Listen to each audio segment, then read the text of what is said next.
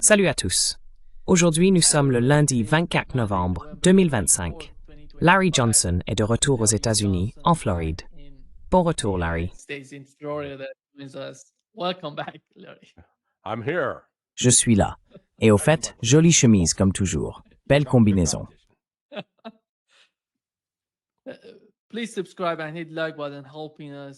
Veuillez vous abonner et cliquez sur le bouton « J'aime ».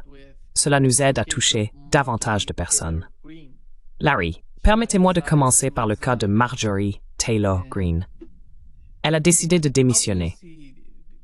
Comment voyez-vous cela en ce qui concerne les raisons qu'elle a évoquées dans la vidéo qu'elle a publiée? Ce n'était pas seulement la vidéo. Le document de sa démission a également été publié sur son compte X. Qu'y avait-il derrière cela? Quelle était, de son côté, la nécessité de partir? Vous savez, beaucoup de gens la considéraient, du moins nous la considérions, comme l'une des voix les plus raisonnables au sein des partis politiques, le Parti républicain aux États-Unis. Mais elle est partie. Qu'est-ce que cela signifie selon vous? Well, I think Trump's. Eh bien, vous savez, je pense que les attaques de Trump contre elle sont méprisables. Je méprise complètement Donald Trump pour ce genre d'attaque personnelle puérile qu'il a lancée contre elle, en la traitant de traîtresse. C'est Donald Trump qui sacrifie les intérêts américains au profit d'une puissance étrangère. C'est la définition même d'un traître, si l'on veut emprunter cette voie et commencer à traiter les gens de nom. Mais c'est simplement, vous savez, les insultes de Trump qui, de son point de vue, ont créé une situation où elle s'est sentie menacée.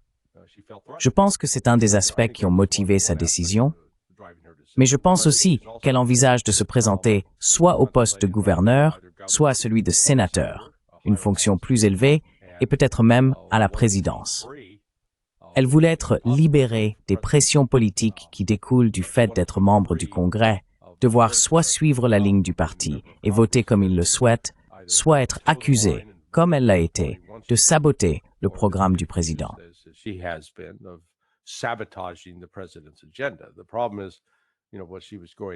Le problème, c'est, tu sais ce qu'elle visait. Le point de pression portait entièrement sur Jeffrey Epstein. Et encore une fois, le comportement de Trump pour protéger Jeffrey Epstein est tout simplement inexcusable. En fin de compte, à cause de Marjorie Taylor Greene, Thomas Massie et d'autres, ils l'ont forcé à agir. Ainsi, le Congrès, presque à l'unanimité la Chambre des représentants, a voté pour demander la publication des dossiers. Maintenant, je ne pense pas que cela donnera forcément quelque chose. Ils vont continuer à dissimuler l'affaire. C'est une vaste opération de protection.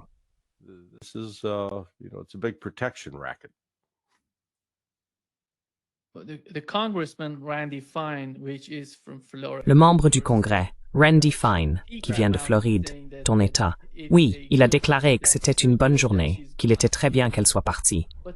Mais croit-il vraiment que si MTG n'est plus là, cela va d'une manière ou d'une autre renforcer leur rhétorique, leur point de vue, leur influence sur la politique étrangère des États-Unis?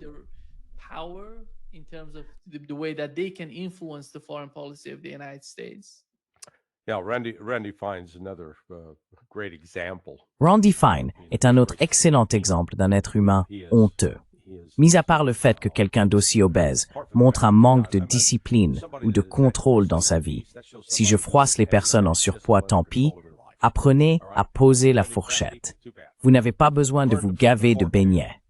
Mais en dehors de son obésité, c'est simplement un sioniste convaincu qui place la question d'Israël au-dessus de celle des États-Unis. Eh bien, si vous voulez être un patriote pour Israël, allez-y, allez-y, vivez là-bas, installez-vous là-bas. Mais ne le faites pas ici, dans mon pays.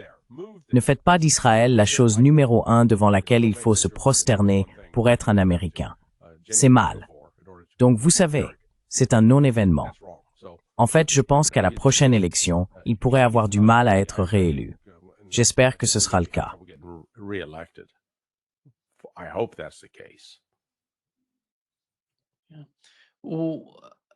Larry, le 28e point du plan de Trump pour le conflit en Ukraine était que, D'une manière ou d'une autre, les Européens avaient élaboré un nouveau plan. Tu sais, ils veulent que 800 000 soldats fassent partie de l'armée, qu'ils soient l'armée. Yeah. Good Bonne luck chance pour les trouver. finding those.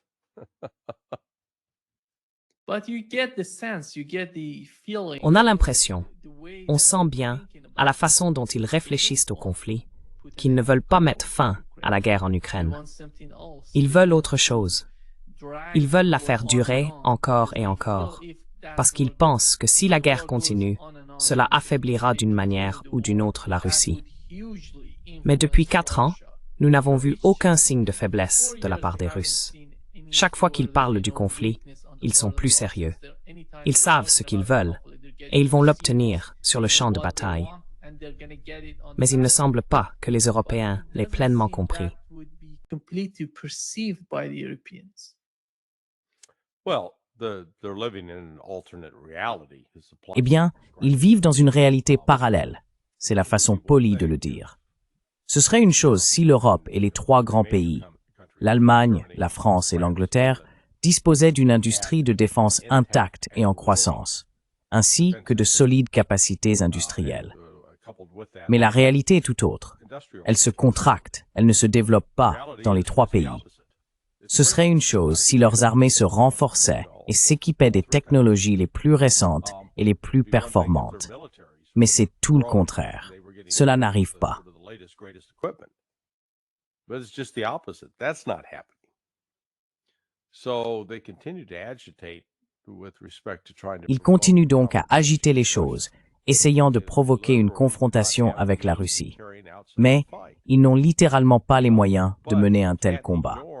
Pourtant, on ne peut pas ignorer quelqu'un qui répète sans cesse « Hey, on va essentiellement entrer en guerre contre vous », ce qu'ils disent à la Russie. Et la Russie est prête à les affronter et à les écraser. Le général Aludinov, lors de notre conversation la semaine dernière, l'a clairement indiqué. Ici, l'Europe désire de mort, elle essaie, elle est suicidée. Europe seems to have like a death wish, trying to commit suicide.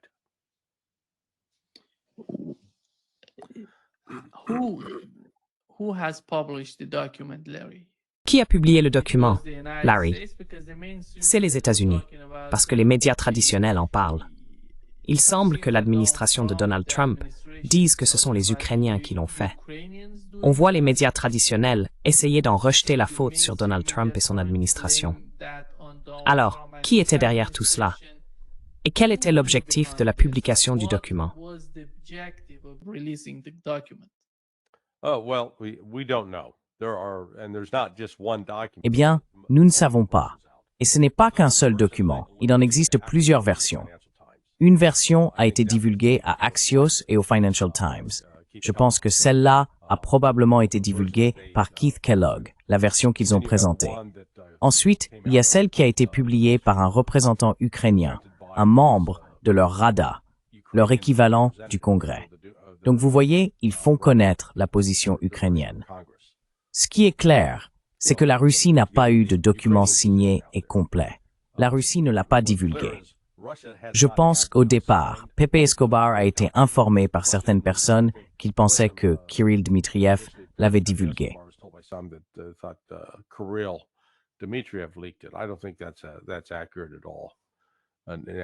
Je ne pense pas que ce soit exact du tout.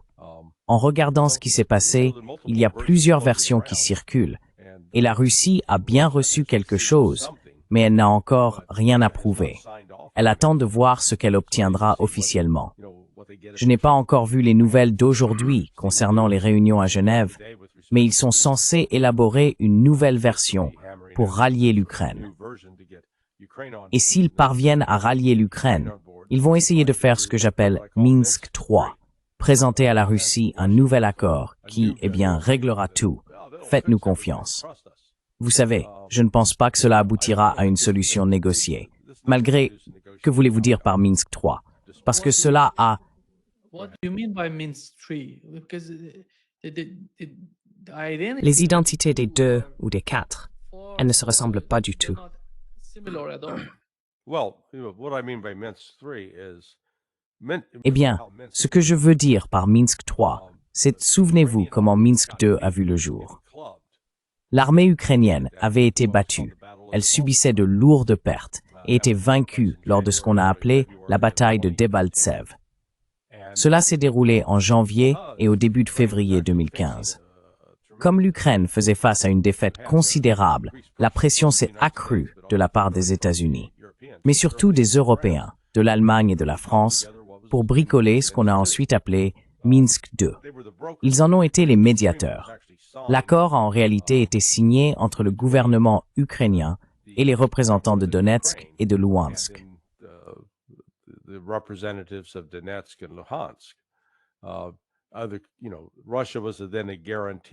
Vous savez, la Russie en était alors le garant, et les Français et les Britanniques étaient censés l'être aussi, avec, je crois, Loukachenko du Bélarus.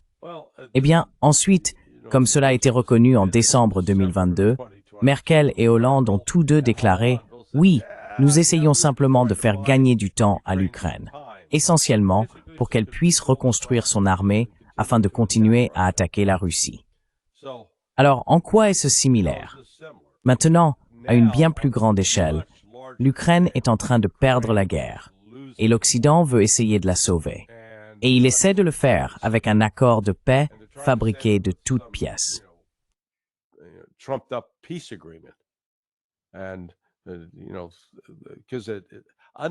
Sous-jacent à tout cela se trouve la conviction du côté occidental que l'économie russe souffre et que la Russie cherche en réalité un moyen de mettre fin à cette guerre parce qu'elle ne peut tout simplement pas supporter la pression. Oh mon Dieu, sortez-nous de là. C'est vraiment n'importe quoi. Ainsi, Poutine est disposé à parvenir à un règlement négocié, mais ce sera selon les conditions de la Russie. La Russie n'est pas dans une position où elle doit faire des sacrifices ou des concessions. Elle l'a très clairement indiqué. Nous allons démilitariser et dénazifier l'Ukraine. Et nous le ferons soit par la voie diplomatique, soit par la voie militaire. Mais nous le ferons et ils le feront. C'est ce que l'Occident continue de ne pas comprendre.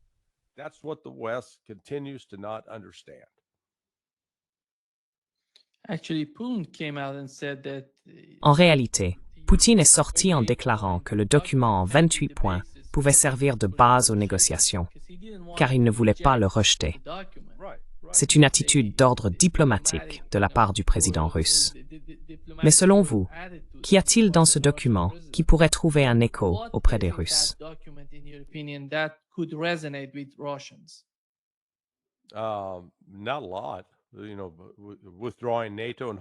Pas grand-chose.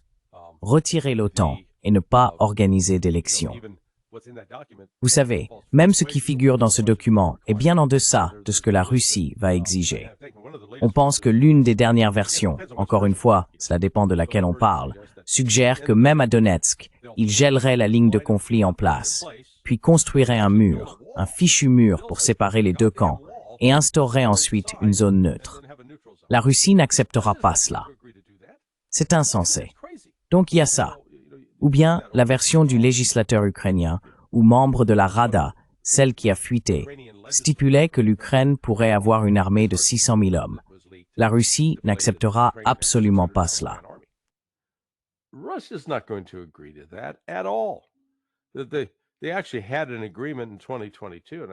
Ils avaient en fait conclu un accord en 2022, et je crois que nous en avons parlé brièvement vendredi, selon lequel les forces armées ukrainiennes seraient réduites à 85 000 hommes. Oui, la Russie pourrait accepter cela, mais 600 000. Bon sang, l'Ukraine n'a même pas 600 000 hommes en ce moment, surtout des hommes formés. Donc tout dépend de la version du document dont on parle. Ce que la Russie cherche, c'est la reconnaissance du fait que le territoire, ces anciens oblasts qui font désormais partie de la République de Russie, fait définitivement partie de la Russie. Ils veulent cette reconnaissance. Mais encore une fois, je pense qu'au final, c'est juste un exercice futile. Cela va occuper le cycle médiatique cette semaine, les gens vont en parler, mais cela n'a aucun sens. À mon avis, il n'y aura pas de solution diplomatique à cela. L'Ukraine n'est pas disposée à accepter les conditions de la Russie, et la Russie devra les imposer par la force militaire.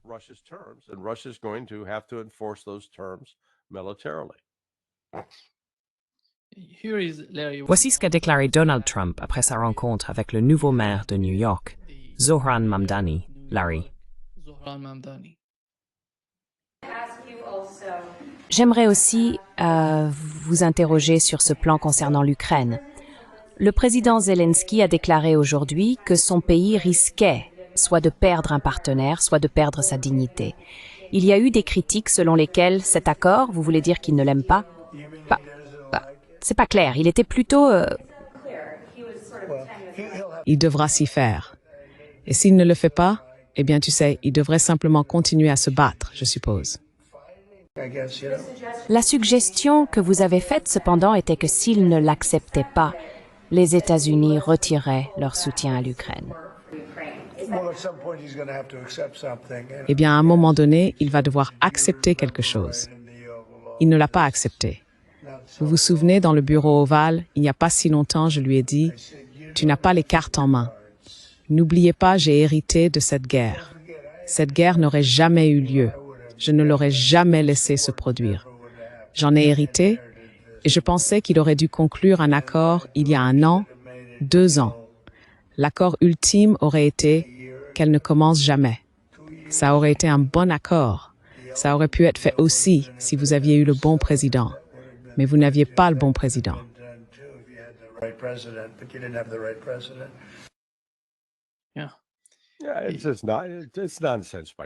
C'est du n'importe quoi de la part de Trump. J'en ai assez de sa comédie. Il peut y mettre fin tout de suite. Il peut y mettre fin aujourd'hui. Plus de renseignements, plus d'argent, plus d'armes. C'est fini, on se retire, la guerre serait terminée. Mais ce n'est pas ce qu'il fait. Il continue de faire semblant d'être une sorte d'observateur passif dans cette affaire, alors qu'il ne l'est pas. Bien au contraire. C'est un protagoniste actif, celui qui entretient la situation.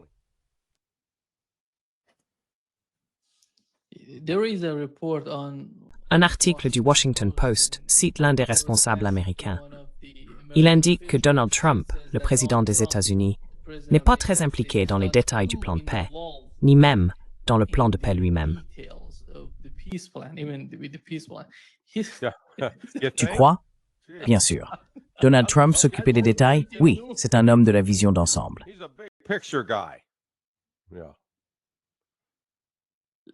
Larry, si Donald Trump n'est pas très impliqué dans la préparation d'un document aussi important, je dirais que c'est parce que oui, il a eu des réunions et des appels téléphoniques avec le président de la Russie. Mais après tout cela, il ne participe toujours pas au processus de préparation du document, ni n'est informé par ceux qui le font.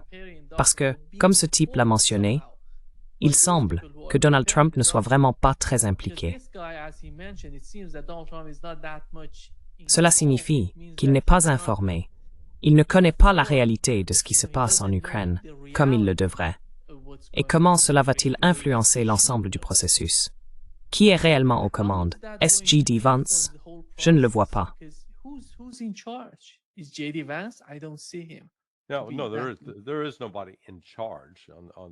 Non, il n'y a personne aux commandes du côté de Trump. Oui, il veut la victoire politique d'être perçu comme ayant conclu un accord de paix. C'est ce qu'il essaie de faire. Mais il ne l'a pas fait. Les détails? Vous plaisantez? Les détails? Les détails? Il ne s'en préoccupe pas. Et quand on observe ses réactions émotionnelles, c'est comme un pendule qui oscille sans cesse. 1 minute, il dit à Zelensky qu'il n'a aucune carte en main. Et la minute suivante, il accuse les Russes. Nous allons vous sanctionner. En fait, il a imposé davantage de sanctions à la Russie.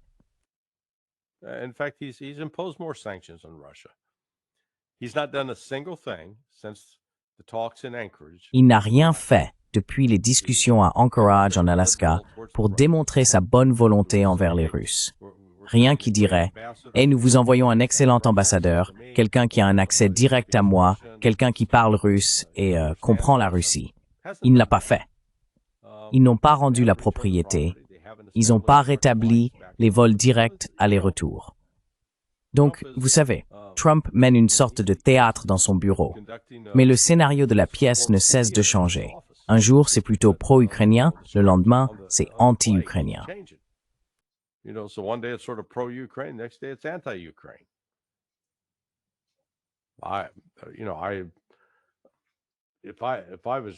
Tu sais, si j'étais la Russie, je dirais franchement, écoutez, nous perdons notre temps avec les États-Unis.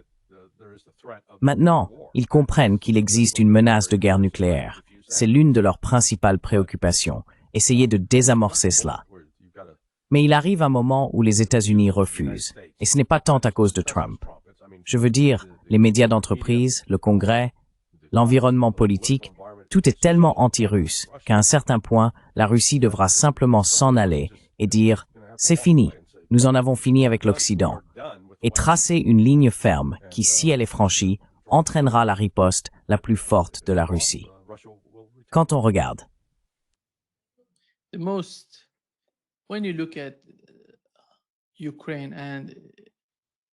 Le problème de la communication entre l'administration Trump et les Ukrainiens est en réalité la question principale, ou du moins la manière dont ils essayent de la gérer.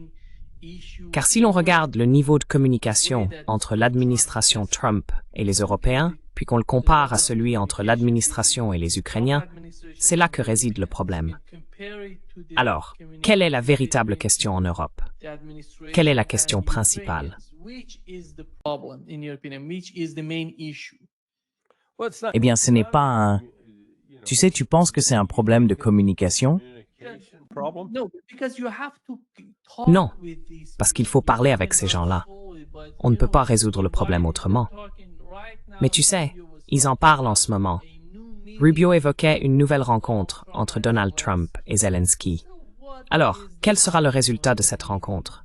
Parce que si rien n'est préparé à l'avance, de quoi vont-ils parler?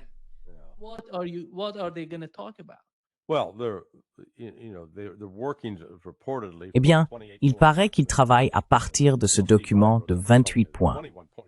J'ai vu que Steve Bryan a écrit quelque chose en le qualifiant de document de 21 points, et je me demande d'où ça sort.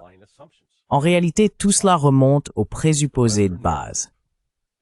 Le récit occidental, c'est que la Russie est obsédée par la conquête du monde, qu'elle veut recréer l'Empire soviétique, que Poutine est un despote autoritaire et brutal, et que nous, en Occident, défendons la liberté et la démocratie. Bon sang, il faut l'arrêter, sinon le monde est en danger. C'est ce que beaucoup de ces gens croient vraiment. Et c'est complètement absurde. Mais c'est ce qu'ils croient. Et parce qu'ils le croient, ils sont incapables d'écouter réellement la Russie et de reconnaître quelles sont ses préoccupations.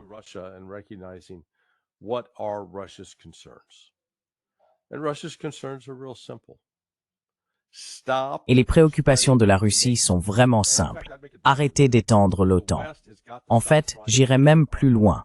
L'Occident doit cesser d'essayer de subvertir notre pays, d'essayer de changer les gouvernements dans le Caucase, d'intervenir en Azerbaïdjan, en Arménie, au Kazakhstan.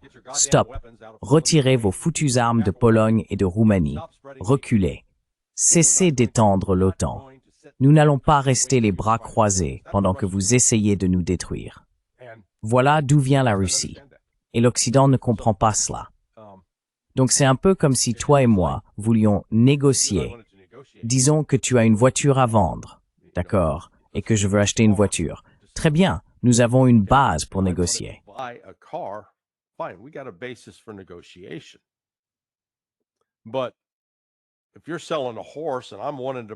Mais si tu vends un cheval et que je veux acheter une voiture, il n'y a aucune base pour une négociation. Oui, il a 4 pattes et il se nourrit de foin. Et moi je dis, eh bien tu sais, je veux une Lamborghini. Tu as un ensemble d'attentes et de convictions.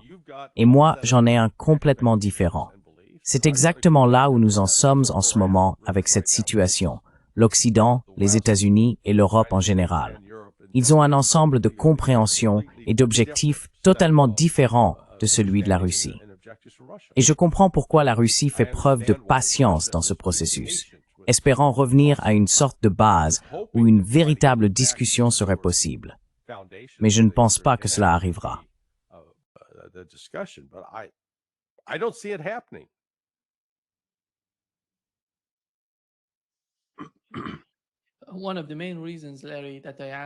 L'une des principales raisons, Larry, pour lesquelles je t'ai interrogé sur la communication entre Donald Trump et Zelensky, c'est que Poutine a déclaré qu'il ne rencontrerait pas Zelensky.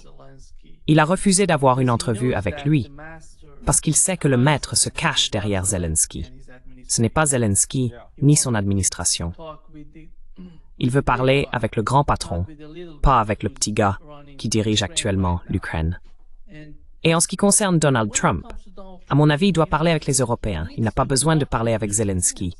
À quoi bon parler avec Zelensky? Qui est Zelensky? Parce que je pense que les Européens ont trouvé un moyen de manipuler toute la situation, de la faire traîner encore et encore, sans parvenir à aucun résultat concret en Ukraine. Ils jouent avec Donald Trump et son administration à travers Zelensky.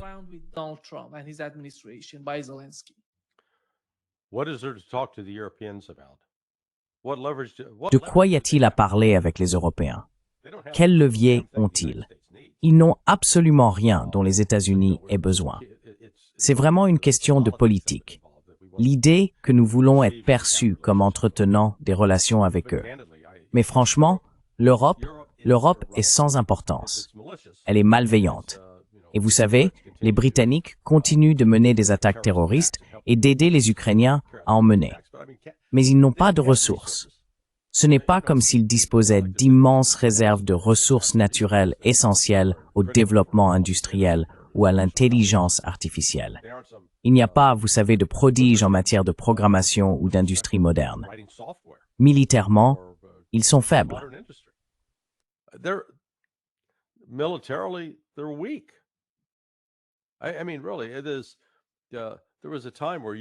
Je veux dire, vraiment, il fut un temps où l'Europe était importante.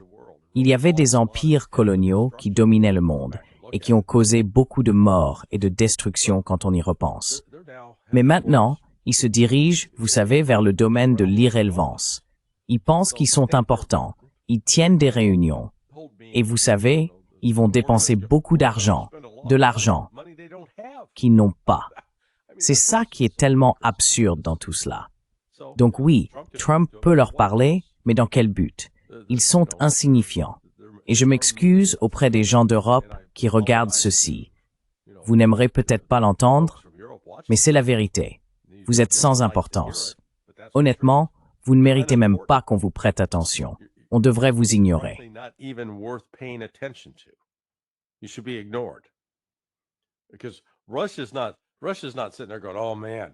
Parce que la Russie ne se dit pas « Oh mince, on n'arrive pas à rassembler notre armée pour marcher sur Berlin, puis sur Paris, et ensuite, tiens, allons prendre. Pourquoi ?» Les Russes n'ont absolument pas besoin de l'Europe. Ils veulent simplement que l'Europe leur fiche la paix, qu'elle cesse de créer des menaces militaires, qu'elle arrête d'installer des batteries de missiles en Pologne et en Roumanie, capables de transporter des armes nucléaires. Qu'elle arrête. Vous savez, on pourrait s'entendre, mais l'Europe ne veut pas s'entendre avec la Russie. Parce que la Russie, au fond, est aujourd'hui un pays chrétien orthodoxe, qui rejette l'homosexualité, qui rejette le transgenrisme, qui rejette la pédophilie, ces choses dont l'Occident est obsédé, absolument obsédé.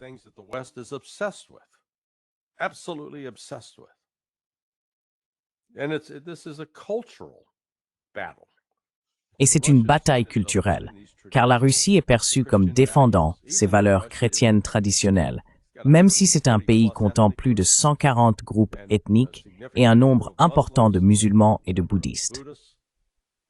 Elle a trouvé un moyen de coexister et, vous savez, de gérer ses différences religieuses tout en préservant son essence chrétienne fondamentale. C'est cela que l'Europe déteste. C'est presque une guerre de religion. C'est comme si l'Occident essayait de recréer les croisades.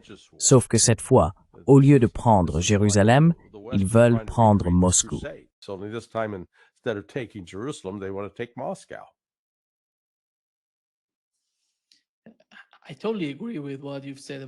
Je suis tout à fait d'accord avec ce que vous avez dit à propos de l'Europe.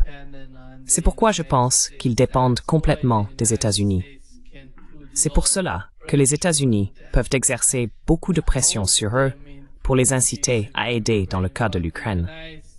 Mais pour une raison quelconque, les États-Unis ne le font pas.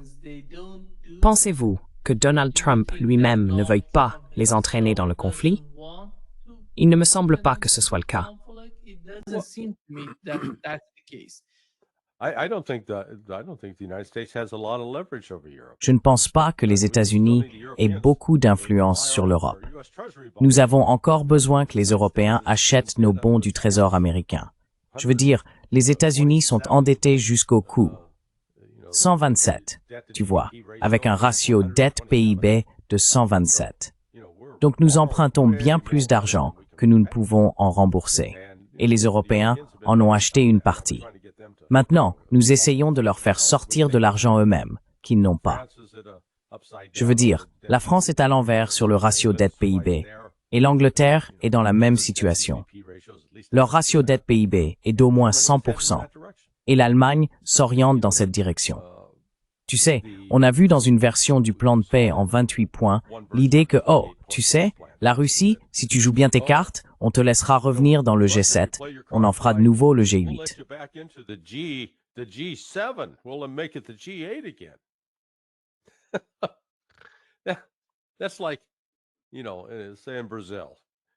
C'est comme tu vois, disons au Brésil, tu prends un gamin qui jouait au football dans un petit club local à Berlin, ou à Brasilia, ou à Rio.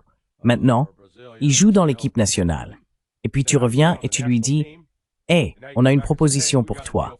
On va te laisser réintégrer ton équipe à Berlin. » Et lui, il va répondre, « Pourquoi diable je ferais ça? Je joue déjà dans l'équipe nationale. Je gagne. » Alors voilà la Russie, avec les BRICS, qui surpasse le G7 sur tous les indicateurs économiques qu'on veut bien examiner, que ce soit le taux de croissance, la part du marché contrôlé, et il voudrait revenir et rejoindre le G8. Ça n'arrivera pas. Ce n'est même pas attrayant.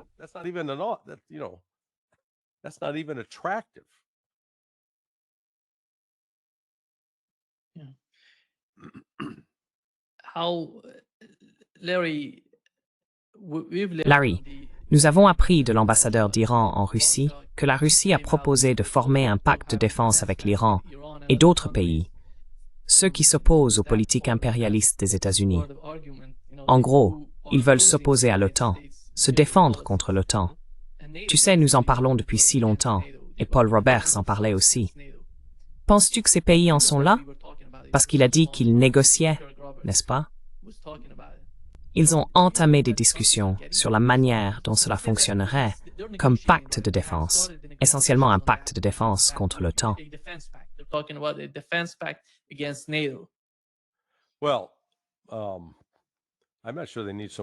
Eh bien, je ne suis pas sûr qu'ils aient vraiment besoin d'un pacte de défense contre l'OTAN, à proprement parler. Premièrement, ils ont déjà un accord de coopération qui a été signé en janvier et finalement ratifié par le Parlement iranien. À l'époque, en y repensant, la Russie proposait un véritable accord de défense mutuelle. Un accord qui stipulerait que si l'Iran était attaqué, la Russie serait obligée de le défendre, un peu comme ce que la Russie a mis en place avec la Corée du Nord. Et les Iraniens ont rejeté cette proposition. Ils ne voulaient pas le faire. Pour une raison ou une autre, ils ne voulaient pas se retrouver dans une situation où ils devraient se battre au nom de la Russie. Puis est venue la guerre de 12 jours, en juin, et les Iraniens ont changé d'avis.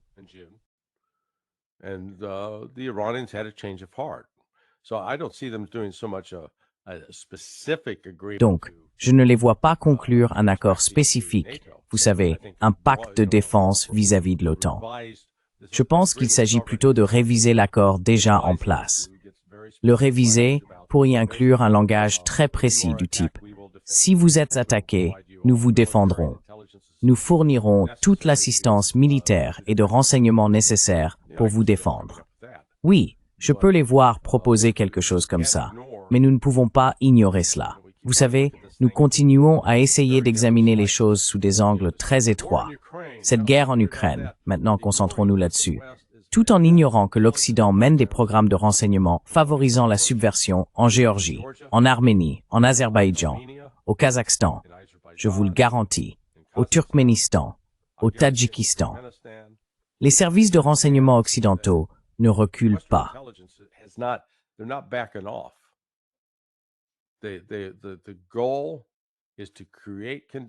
L'objectif est de créer des conditions qui affaiblissent la Russie dans l'espoir ultime d'obtenir un contrôle total sur les ressources naturelles du pays, de la fragmenter en républiques balkanisées, puis à terme de s'en prendre à la Chine. Je ne saurais trop insister là-dessus. Les gens pensent que ce n'est pas le plan, mais c'est bien le plan. Ils ne se trompent pas. L'État profond, la combinaison de l'industrie, des banquiers et des politiciens, c'est la direction qu'ils prennent. C'est ce qu'ils veulent. Et je pense que finalement, ce système, le système occidental, devra être détruit. C'est la seule façon de l'arrêter. Et je ne dis pas que je prône cette destruction. I'm not saying that I'm advocating its destruction. I'm just simply pointing out that's the only way it's going to stop. Je fais simplement remarquer que c'est la seule façon d'y mettre fin, sortir de cette mentalité du « il faut que nous gagnions et qu'ils perdent ». L'Occident n'a pas une mentalité du type « comment pouvons-nous tous nous entendre ? Comment pouvons-nous travailler ensemble pour nous améliorer mutuellement ?» Au contraire, c'est « il faut que je sois le chef ». C'est cette mentalité en Occident qui constitue réellement la plus grande menace pour la Chine et la Russie. Et la propagande diffusée auprès du public occidental les a conditionnés à voir la Russie et la Chine comme des agresseurs, des ennemis, des adversaires, pas comme des partenaires, pas comme des amis, mais comme des gens qu'il faut essentiellement vaincre.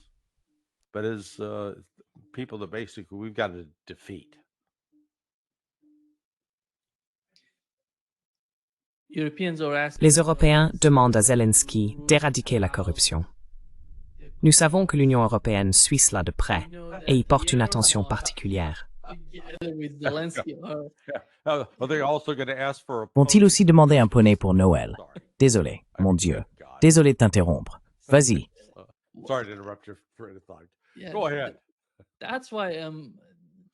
C'est pourquoi je te dis que toute cette histoire avec l'administration Zelensky est une plaisanterie. Ils ne veulent aucun changement en Ukraine. Parce que si tu demandes à quelqu'un, qui est la principale source de corruption en Ukraine, de faire quelque chose à ce sujet, cela signifie que tu n'es pas sérieux dans ce que tu dis.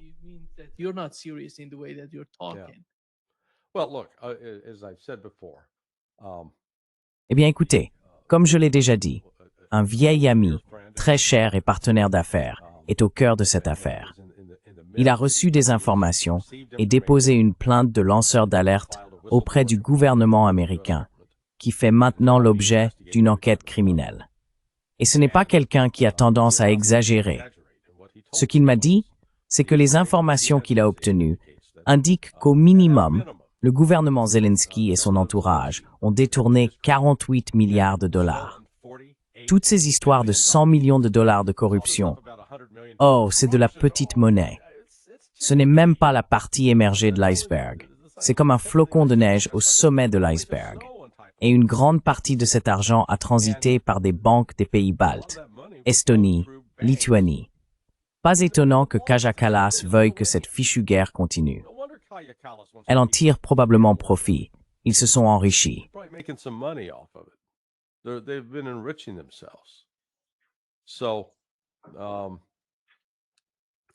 Alors, on aime bien s'asseoir là et dire « Oh là là, l'Ukraine, quel pays corrompu !» Ah bon, et les États-Unis ne le sont pas? L'Angleterre ne l'est pas? L'Allemagne ne l'est pas? Ils sont tous censés être des citoyens exemplaires et vertueux? Laissez-moi rire. La corruption qui est endémique en Occident. Regardez les États-Unis. Vous avez Donald Trump qui couvre un pédophile, Jeffrey Epstein. La corruption en Occident est tout simplement stupéfiante. Nancy Pelosi. Regardez le nombre de membres du Congrès qui deviennent millionnaires pendant leur mandat. Ils repartent en ayant gagné beaucoup d'argent. Mais on aime bien regarder l'Ukraine et dire « Oh là là, eux, ils sont vraiment corrompus. » Oui, ils le sont, tout comme nous. On aime prétendre que les Russes sont incroyablement corrompus. Y a-t-il de la corruption en Russie? Oui, il y en a eu. Yeah, is there corruption in Russia? Yeah, there has been. But I don't see. Mais je ne vois pas Vladimir Poutine mener la grande vie comme, vous savez, Saddam Hussein le faisait, avec plusieurs palais et des toilettes en or. On ne voit pas ça. Il n'est pas sur un yacht chaque week-end avec quelques femmes à moitié nues, du genre « Hey les filles ». Ce n'est pas Poutine. Ce genre de choses, on le voit en Occident. Ce type de comportement immoral et corrompu. Nous sommes donc très forts pour projeter. Nous projetons sur les Russes les choses que nous faisons nous-mêmes. Et oui, on peut critiquer. Il y a une corruption terrible en Ukraine et nous contribuons à la faciliter. Comme je l'ai déjà mentionné, mon partenaire a identifié des membres précis du Sénat, républicains comme démocrates, qui touchent des millions de dollars provenant de cet argent volé aux contribuables américains. Cette corruption, elle est généralisée.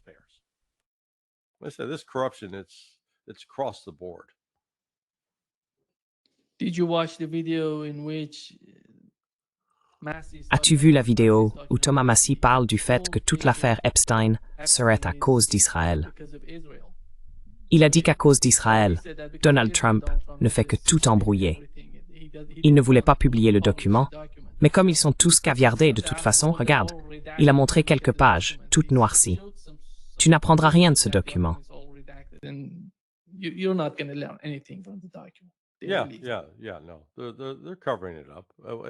Ouais. Non. Ils étouffent l'affaire. Ils l'étouffent parce que cela révélerait comment le Mossad et la CIA ont utilisé Jeffrey Epstein pour des activités de renseignement. Et une partie de ces activités comprenait du matériel de chantage, compromettant certains politiciens et hommes d'affaires puissants dans des situations compromettantes où ils étaient encouragés, c'est le euphémisme, mais en réalité forcés à coopérer. Tu sais, coopérer, ou sinon ces informations seraient divulguées. Et puis tu sais, à un moment donné, Epstein est devenu jetable. Je ne sais pas s'il faisait des demandes qui mettaient d'autres personnes mal à l'aise ou quoi, mais tu sais, ils l'ont mis en prison et l'ont tué. L'idée, encore une fois, une partie de cela vient de cette narration selon laquelle, bon, si seulement on pouvait obtenir les documents.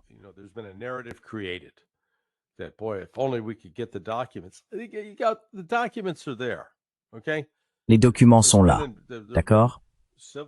Il y a eu des affaires civiles, notamment contre JP Morgan. Je crois qu'ils ont versé environ 800 millions de dollars. Je veux dire, ils ont dû payer un énorme règlement à cause de leur rôle dans la facilitation de ces activités, intenté par les femmes qui ont été abusées par lui. Et dans ces affaires, il y a des dépositions, des témoignages et des noms, beaucoup de noms identifiés. Ryan Dawson a été l'une des principales personnes à travailler sur ce sujet et à le révéler. Donc, ce n'est pas un grand mystère. L'information existe. C'est juste que Trump et son entourage, je pense qu'une fois Trump arrivé au pouvoir, avec Kash Patel et Dan Bongino, lorsqu'ils ont compris les risques potentiels d'exposition pour la communauté du renseignement, et qu'on leur a dit « Vous ne pouvez pas faire ça », c'est pour cela qu'ils se sont alignés et ont déclaré « Rien à voir ici, circulez ».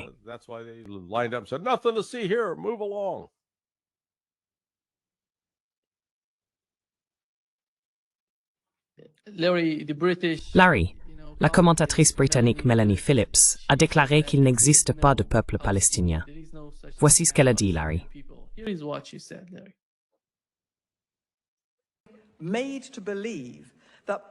Amené à croire que la paix et la justice au Moyen-Orient dépendent de l'obtention par les Palestiniens d'un État qui leur soit propre, la justice pour les Palestiniens a été considérée comme la question primordiale qui prime sur toutes les autres.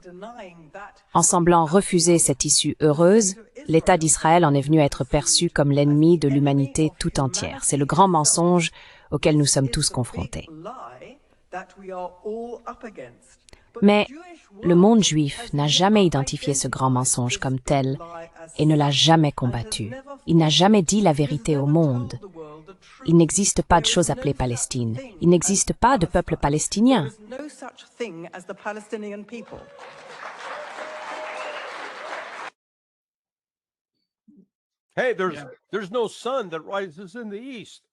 Hey, il n'y a pas de soleil qui se lève à l'est, il n'y a pas de gravité, il n'y a pas d'air. Tu sais, on peut tout nier. Et le fait qu'elles reçoivent des applaudissements, quel groupe de personnes honteux. Tu sais, il n'y avait pas d'Israël il y a 90 ans, d'accord? Il n'y avait pas d'État juif il y a 90 ans. Tu sais quoi? Il n'y en avait pas il y a 100 ans, ni 200 ans, ni 300 ans, ni 400 ans. Tu veux continuer à remonter? Il n'y en avait pas il y a 1950 ans. D'accord? Il n'y a jamais eu d'État juif ni de nation juive. Israël est une mythologie. Israel is a mythology. It's part of this nonsense out of the Bible that people. Ça fait partie de ces absurdités tirées de la Bible. Des gens qui disent « Oh, nous croyons en la Bible et Dieu a dit qu'il y a un peuple élu. » Oui, je rejette ça. C'est juste absurde. Mais les Palestiniens étaient là. Ils étaient là. Ils étaient majoritaires. Jusqu'à ce que l'Occident permette cet afflux d'Européens, après la Seconde Guerre mondiale, qui sont venus, tu sais, expulser les habitants et amener ces intrus. Enfin, bon sang, Bibi Netanyahou, c'est un Polonais. Tu sais, Yitzhak Shamir, Polonais, Ukrainien, ce ne sont pas des natifs de cette région. Donc, tu vois, femme méprisable. So, yeah, despicable lady.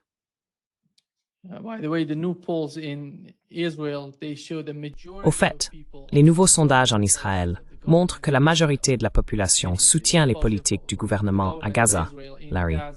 Cela montre qu'il n'y a aucun espoir qu'un quelconque changement, même la destitution de Netanyahou, puisse survenir en Israël. La politique étrangère israélienne, les politiques israéliennes envers les Gazaouis, tout cela, à mon avis, ferait peser un énorme fardeau sur la communauté internationale. Ils doivent agir. Car regardez les Palestiniens. Ils n'ont pas d'armée. Ils n'ont aucun pouvoir sur la scène internationale. Et si les autres pays ne font rien, Israël ne les laissera même pas survivre. Ils veulent qu'ils soient tous tués, ou partis, ou vous savez, qu'ils disparaissent simplement. They want them all killed or gone or disappear from the act. Yeah, they want to exterminate them. Oui, ils veulent les exterminer. Les sionistes sont une bande de maniaques génocidaires. Mais tu sais, cela ne se fera pas du jour au lendemain. La relation entre Israël et les États-Unis sera radicalement différente dans 20 ans. Cela ne se fera pas du jour au lendemain. Cependant, il y a trop de membres du Congrès actuellement qui sont payés. Mais le sentiment aux États-Unis se retourne clairement contre les sionistes. Tu sais, je n'avais jamais eu ce genre d'attitude auparavant. Maintenant, oui. Je pense que la nation d'Israël devrait cesser d'exister, à mon avis. Je ne pense même pas qu'il devrait y avoir un Israël. C'est juste une création artificielle. Just an artificial creation. And it's based upon religious beliefs. Et c'est fondé sur des croyances religieuses que je rejette complètement.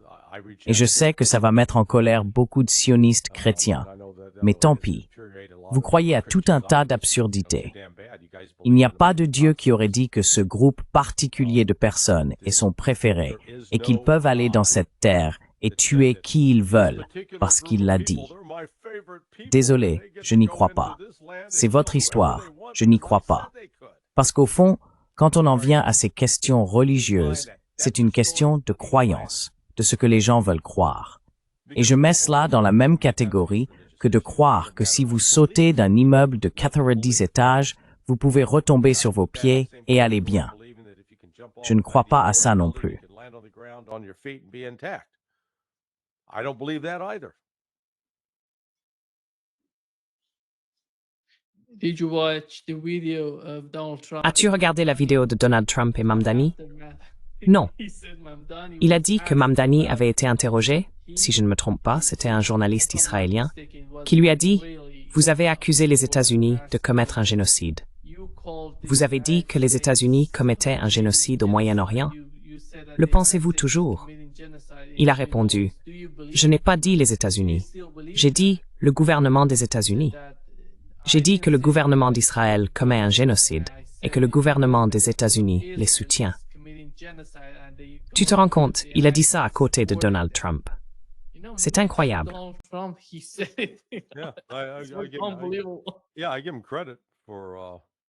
Oui, je lui reconnais ce mérite. Sur un point, il est bien plus honnête que Donald Trump.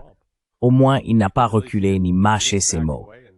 Beaucoup de politiciens dans cette situation diraient « Oh non, je ne voulais pas vraiment dire ça. » Lui, il a semblé tenir bon. Et il a raison. Les États-Unis sont actuellement le plus grand facilitateur de génocide au monde.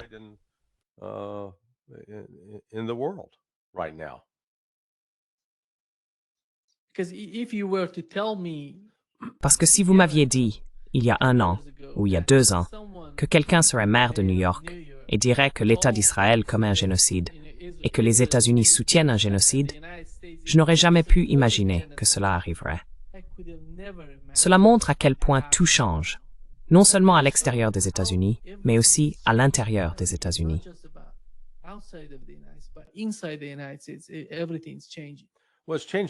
Eh bien, cela change sur le plan rhétorique, d'accord? Oui, il a donné cette réponse. Mais la politique a-t-elle réellement changé? Le flux d'aide vers Israël a-t-il pris fin? Non, il n'a pas le pouvoir de faire cela. Il est le maire de New York. Cela n'a rien à voir avec la politique étrangère des États-Unis.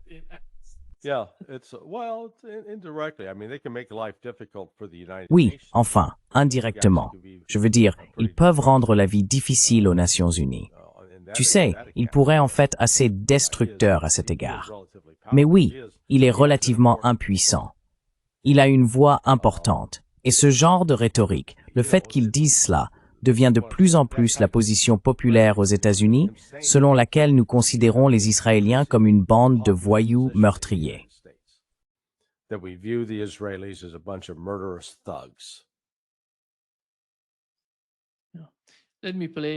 Laissez-moi vous montrer une vidéo de Mike Huckabee parlant de la manière dont les chrétiens sont déterminés à soutenir Israël. Voici ce qu'il a dit, Larry.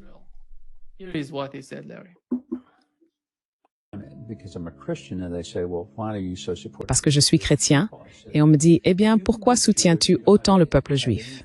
Je réponds, tu peux être juif, tu n'as pas besoin d'avoir quoi que ce soit à faire avec les chrétiens, mais tu ne peux pas être chrétien sans comprendre que toute ta foi repose sur les fondations du judaïsme. Donc pour les chrétiens, nous considérons cela comme une obligation, une dette morale que nous devons honorer.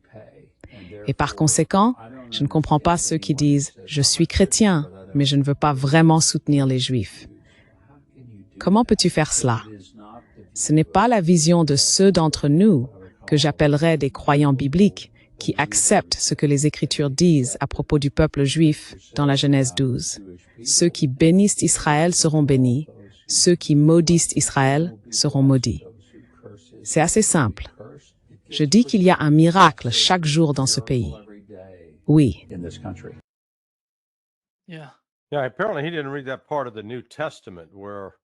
Apparemment, il n'a pas lu cette partie du Nouveau Testament où Jésus, qui est né juif, a rejeté les pharisiens. Donc c'est juste un tas de bêtises. Je veux dire, ça montre simplement l'absurdité, cette croyance, tu sais, la théorie du Dieu magique. Oh, Dieu a dit que ces Juifs, eh bien, ils sont vraiment spéciaux. Je veux dire, c'est obscène. C'est une obscénité, à mon avis. Hey, Paul. Bienvenue, Paul. Bonjour. Bienvenue, Paul. Merci. Paul, nous parlions d'Israël et de Donald Trump en lien avec l'affaire Epstein. Tu sais, MTG, Marjorie Taylor Greene, a décidé de démissionner. Qu'est-ce que cela signifie pour toi? J'ai vu que tu avais écrit un article et que tu me l'avais envoyé, et je veux connaître ton point de vue là-dessus.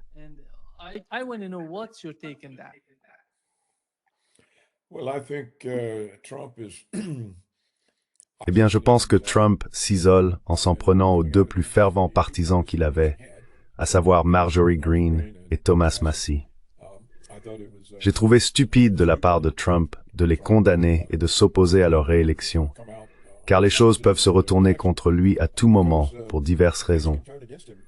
Et il n'a certainement plus de défenseurs solides parmi les républicains. Ce sont principalement des rhinos opposés à lui, qui ne le suivent que grâce à la base de soutien qu'il possède. Donc je pense que c'était un acte à courte vue, peut-être même autodestructeur. Je n'ai aucune idée de l'effet que cela a pu avoir sur certains éléments de sa base MAGA, mais je soupçonne que Greene et Massie sont populaires. Et la manière dont elle s'est retirée, je l'ai trouvée bien faite. Je ne pense pas que cela aidera Trump, donc je ne vois pas vraiment l'intérêt. Je pense que ce qui s'est passé, c'est que Massie et Greene ont critiqué Israël et que Netanyahou s'en est offusqué et a parlé à sa marionnette à la Maison-Blanche. Je pense que c'est probablement ce qui s'est passé.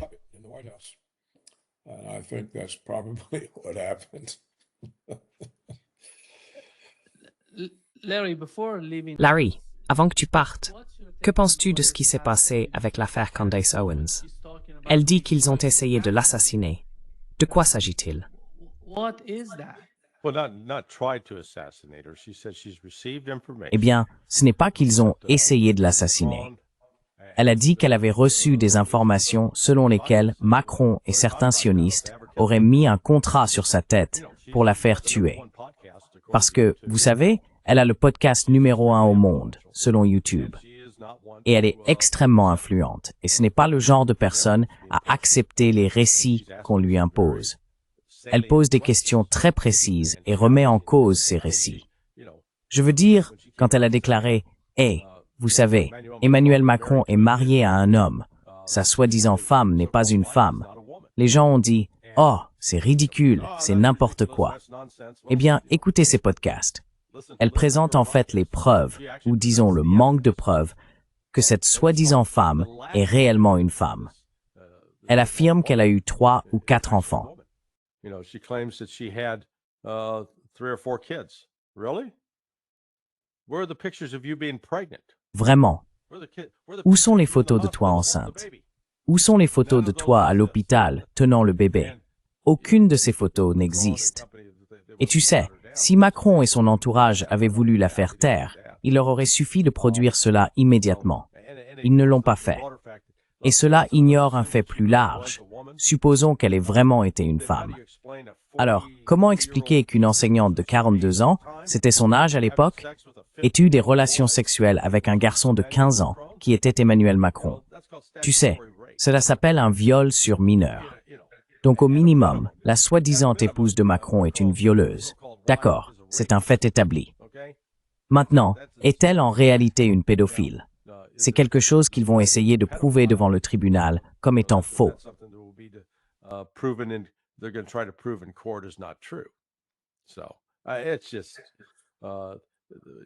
Donc c'est simplement que les menaces contre Candace et celles contre Tucker viennent du camp pro-sioniste. Ils s'en prennent à eux parce qu'ils sont très efficaces pour présenter l'idée que, vous savez, America First ne veut pas dire Israel First. America First signifie s'occuper de l'Amérique. Et Israël n'est qu'un autre pays dont nous devrions discuter. Comment entretenir des relations avec lui sans nous y subordonner? Et comme leurs voix sont très percutantes, on va essayer de les faire taire. Donc oui, je ne pense pas qu'elle invente quoi que ce soit quand elle dit avoir reçu des informations selon lesquelles quelqu'un essaierait de la tuer. Et sur cette note joyeuse, je dois m'éclipser. Merci beaucoup, Larry, d'avoir été avec nous aujourd'hui. Messieurs, je vous souhaite une excellente discussion. Gentlemen, you all have a great discussion. Great pleasure. Okay. Always. D'accord. Comment ça va, Paul? How's it going, Paul? Super. Paul, what is your understanding of Paul, 28th plan of, quelle est ta compréhension du 28e plan du président des États-Unis? United States? Et qu'est-ce qui est concret dans ce plan? Practical in that plan. Je suis sûr que tu as lu les points mentionnés dans ce document. They have mentioned in that L'un des points essentiels concernait les 600 000 soldats ukrainiens. 600,000 Après tout Ukrainian accord, ils pourraient disposer d'une armée de cette taille. They can have a Alors, army with à ton avis, 600,000 quelle partie de ce plan pourrait réellement contribuer à mettre fin au conflit en Ukraine? in your opinion, that could help to put an end to the conflict in Ukraine?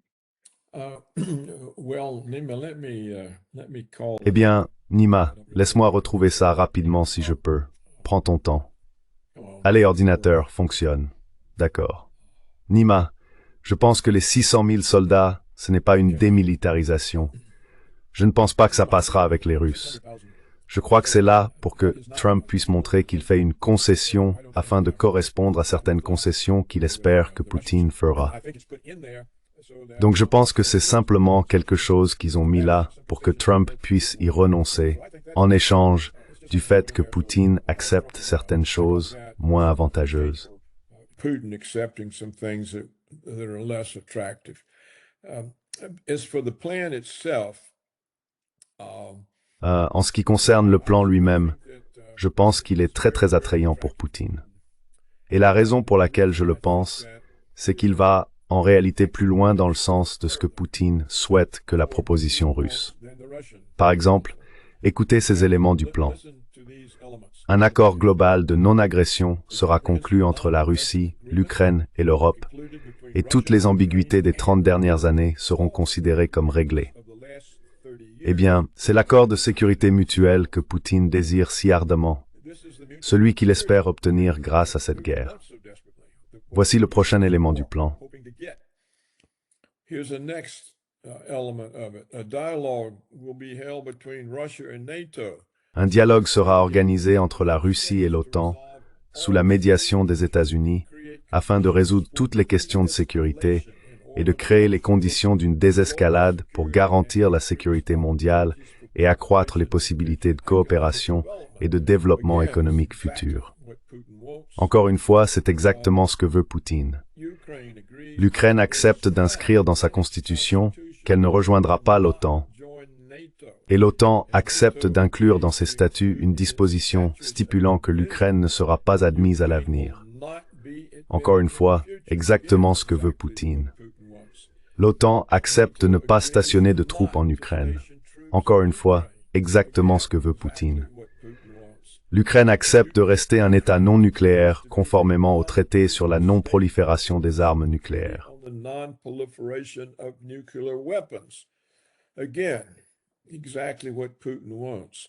Encore une fois, c'est exactement ce que veut Poutine. Ce sont donc des propositions de Trump et elles correspondent à ce que veut Poutine. À mon avis, c'est aussi ce dont l'Occident et la Russie ont besoin pour mettre fin à cette hostilité persistante, à la fois inutile et dangereuse. Je considère ces propositions comme un élément qui incitera fortement Poutine à parvenir à un accord sur la proposition de Trump. Poutine voudra que les États-Unis soient inclus dans les accords de sécurité mutuelle, mais même sans la participation de Washington, la proposition de Trump constitue un pont vers une normalisation complète des relations et supprime la nécessité de l'OTAN et des bases de missiles à la frontière russe. Ces éléments du plan motivent donc fortement Poutine à le mener à bien. Nous savons maintenant que ce plan a des opposants comme des partisans des deux côtés. Nous savons que les néoconservateurs sionistes américains attaquent déjà Trump en le traitant de traître pour avoir trahi l'allié de l'Amérique, Zelensky.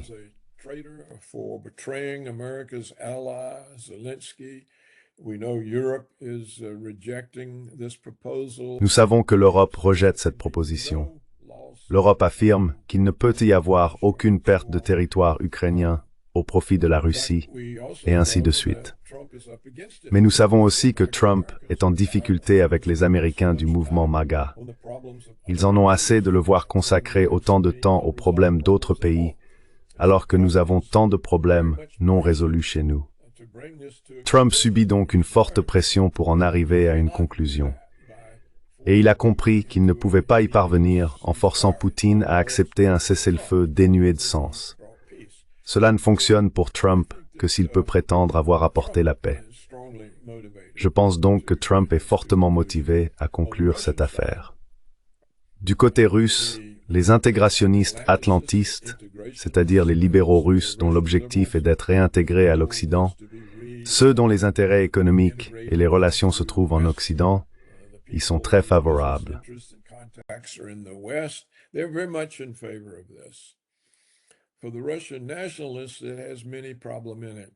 Pour les nationalistes russes, cela comporte de nombreux éléments problématiques dont nous pouvons parler. Et ils constituent aujourd'hui une force redoutable, plus puissante qu'ils ne l'étaient au début de cette guerre. Ainsi, certains éléments des 28 points de Trump ne leur sont pas acceptables. Maintenant, je n'ai aucun moyen de savoir qui aura le plus d'influence en Russie, les intégrationnistes atlantistes ou les nationalistes russes. Mais je sais que Poutine trouvera ça très attrayant, car cela contient les ingrédients qu'il désire depuis longtemps. Cela met fin à la reprise de la guerre froide et aux provocations dirigées contre la Russie depuis tant d'années. Poutine y verra donc une grande source d'espoir.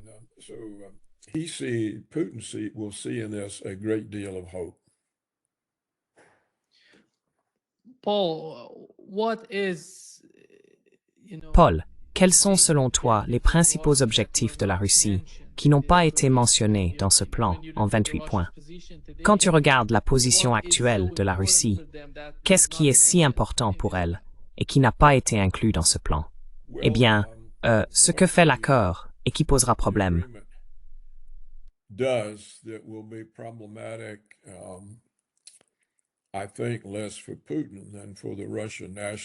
Je pense que c'est moins pour Poutine que pour les nationalistes russes. Cela reconnaît que la Crimée, Louhansk et Donetsk seront acceptés comme territoire russe. Tout le monde le reconnaîtra. Les États-Unis, l'Europe, l'Ukraine, les deux autres provinces, Kherson et, comment s'appelle l'autre déjà? Zaporizhia ou quelque chose comme ça. Zaporizhia. Oui. À présent, la Russie n'a pas encore entièrement débarrassé ce territoire des troupes ukrainiennes. L'accord de Trump gèle donc les lignes de combat actuelles, là où elles se trouvent.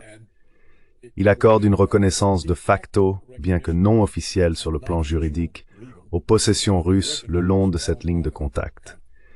Ainsi, la Russie n'obtient pas tout le territoire qu'elle a déjà intégré à la Fédération de Russie.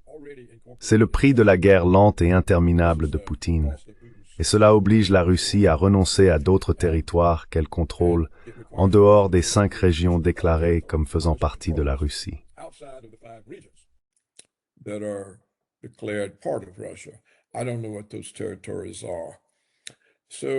Je ne sais pas ce que sont ces territoires. Et puis à Donetsk, tout ce territoire n'a pas été débarrassé des Ukrainiens. Mais ils se retireront, toutes les forces ukrainiennes se retireront, et cette province sera officiellement considérée comme faisant partie de la Russie. Cependant, elle sera qualifiée de zone tampon neutre et démilitarisée. Elle appartiendra à la Fédération de Russie, mais les forces russes ne pourront pas l'occuper. Donc, quel est l'intérêt de tout cela? Je n'en sais rien. Je pense que c'est quelque chose que Trump peut facilement abandonner, car cela ne semble servir à rien de concret.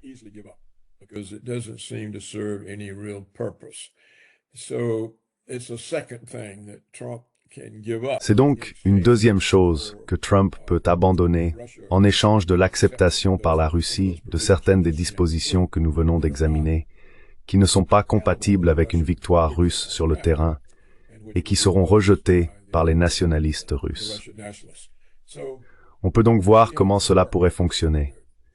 Trump a 2 éléments sur lesquels il peut faire des concessions. Et cela permettrait à Poutine de dire « Eh bien, regardez, il a renoncé à ses points, alors renonçons à geler nos revendications le long des lignes de front actuelles. » C'est ainsi que cela pourrait se dérouler. Je ne dis pas que ce sera le cas, mais c'est le genre de possibilité. Je pense que Trump a besoin d'un geste de la part de la Russie, et il a intégré cet élément pour que la Russie n'obtienne pas la totalité de sa victoire sur le champ de bataille.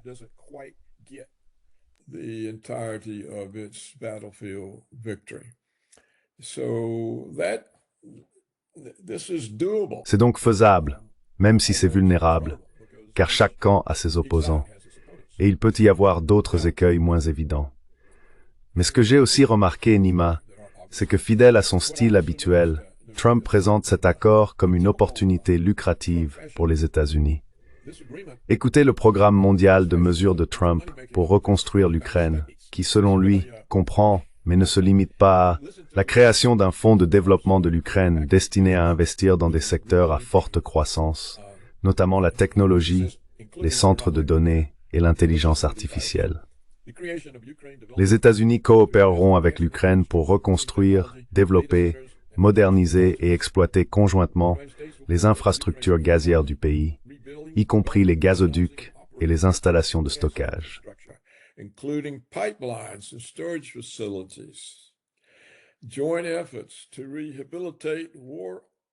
Des efforts conjoints pour réhabiliter les zones touchées par la guerre en vue de la restauration, de la reconstruction et de la modernisation des villes et des zones résidentielles, le développement des infrastructures, l'extraction des minéraux et des ressources naturelles.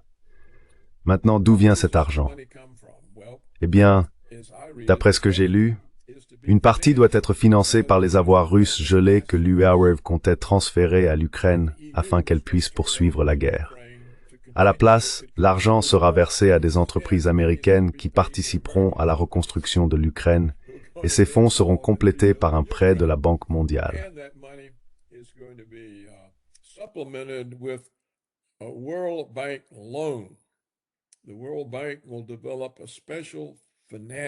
La Banque mondiale élaborera un programme de financement spécial pour accélérer ces efforts.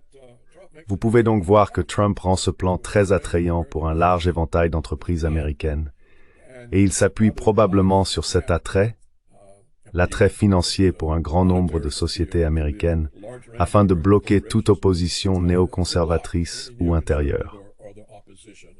Si l'on considère les choses comme je les ai présentées, cela semble être un résultat très favorable. C'est quelque chose de réalisable. Cela ne semble pas exiger trop de concessions de part et d'autre. Et étant donné que je suis convaincu, et que je l'ai toujours été depuis le début, que la raison pour laquelle Poutine n'a pas mis fin rapidement à cette guerre était qu'il avait l'intention de l'utiliser pour obtenir un accord de sécurité mutuelle.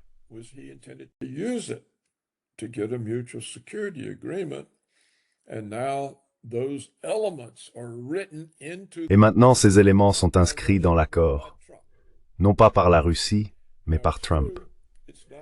Il est vrai que le texte ne précise pas exactement comment ce dispositif de sécurité mutuelle fonctionnera, ni les détails de sa mise en œuvre. Il y aura des discussions, une médiation et de nombreuses possibilités pour que cela échoue.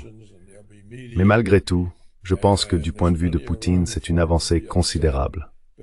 C'est bien au-delà du simple discours de Trump disant « Vous acceptez un cessez-le-feu immédiatement » ou « J'imposerai davantage de sanctions » ou « Je sanctionnerai l'Inde et tous vos autres clients » et ainsi de suite.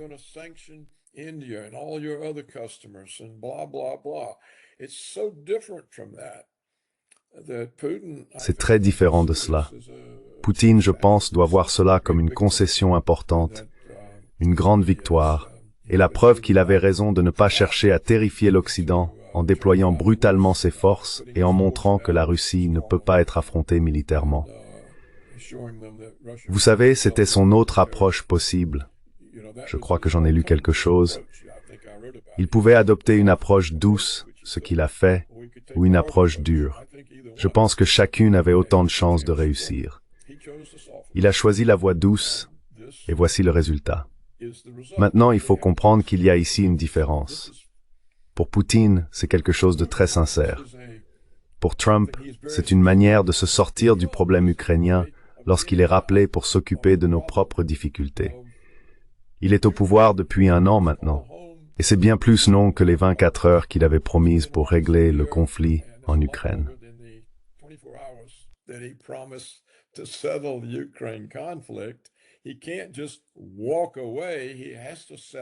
Il ne peut pas simplement s'en aller. Il doit régler la situation. Donc pour Trump, le règlement n'a pas la même signification que pour Poutine.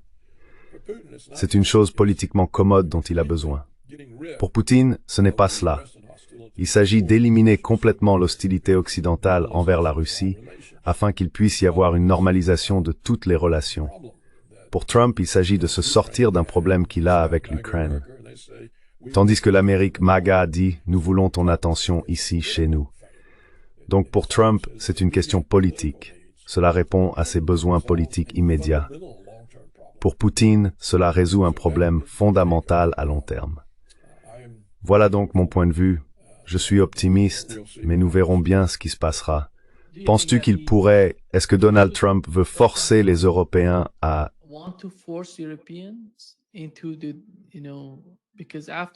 Parce qu'après tout, les Européens sont essentiels à toute la question de l'Ukraine. Comment voyez-vous la manière dont Donald Trump gère la situation avec l'Europe?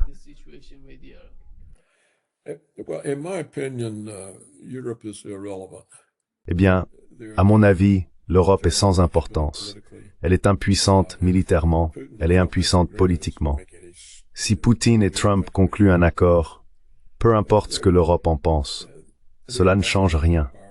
Ils font partie de notre empire. La notion d'empire de Trump est différente de celle des néoconservateurs. Elle est économique. Il s'agit de conclure des affaires. Et Trump sait que lorsqu'on fait des affaires économiques, les deux parties doivent en tirer profit. On ne peut pas simplement imposer son accord à quelqu'un d'autre car il n'est pas obligé de l'accepter. Donc je ne pense pas que l'avis de Zelensky importe, ni qui sera présent ou non, ni que l'opinion de l'Europe ait de l'importance. Ils n'ont aucune importance. Je ne pense donc pas que l'Europe ou Zelensky puissent l'empêcher.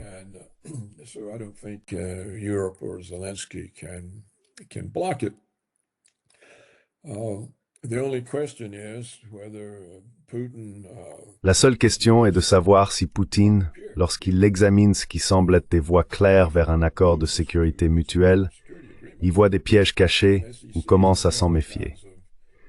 Sinon, je pense qu'il fera pression pour aller dans ce sens.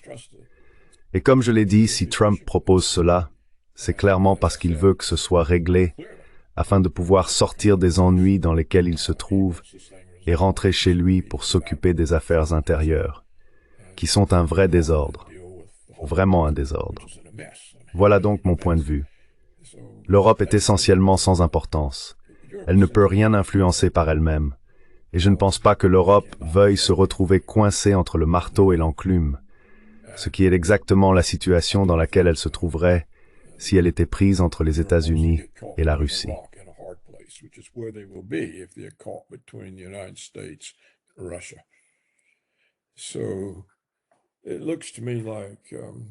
Il me semble que l'Europe, à mon avis, a intérêt à poursuivre la guerre parce que l'Union européenne est en train de se désagréger.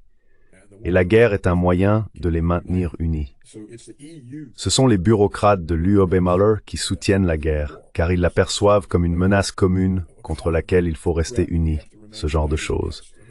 Cela empêche l'éclatement de l'UNOWOR, ce qui, selon moi, a toujours été une terrible erreur et n'aurait jamais dû se produire. Les pays européens n'auraient jamais dû abandonner leur souveraineté à une sorte d'organisation extra-européenne, qui est essentiellement dictatoriale. Les dirigeants représentatifs de l'UEM n'ont aucun pouvoir. Tout le pouvoir est entre les mains de personnes nommées. L'UKMWR est donc essentiellement une autocratie, et cela va bien sûr à l'encontre de la tradition occidentale. Voilà donc mon point de vue et ma réponse à votre question sur l'Europe.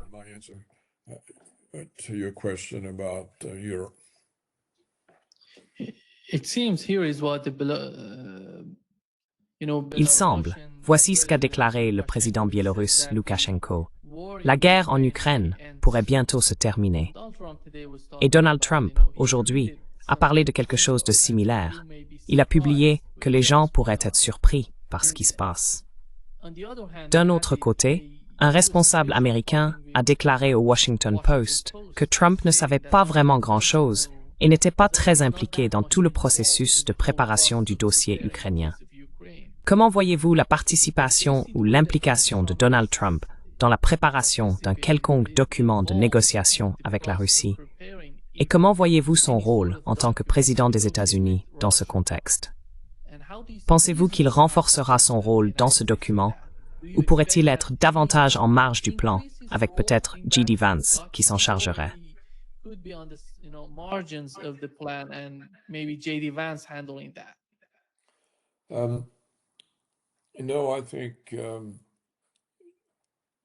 Non, je pense que Witkoff en a été chargé. Je pense que Trump en est conscient, en particulier de la façon dont c'est structuré, comme je te l'ai expliqué. C'est une construction typiquement Trump. D'abord, il parle de toutes les opportunités lucratives que cela offre aux entreprises américaines. Il explique d'où viennent les fonds. Ils proviennent des avoirs russes gelés qui ne seront pas utilisés pour la guerre, mais pour reconstruire l'Ukraine, ainsi que de la Banque mondiale. Et la Banque mondiale devra faire tout ce que Washington lui dit, parce que Washington la dirige. Donc il dit aux entreprises américaines, « Regardez, voilà pourquoi vous voulez cet accord. » Et l'intérêt financier est puissant.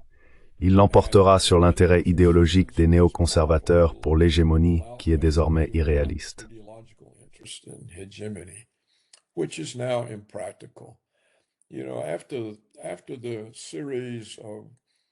Après la série de super-armes que Poutine a présentées, je veux dire, même un néocon sioniste doit se rendre compte que nous n'avons plus l'hégémonie.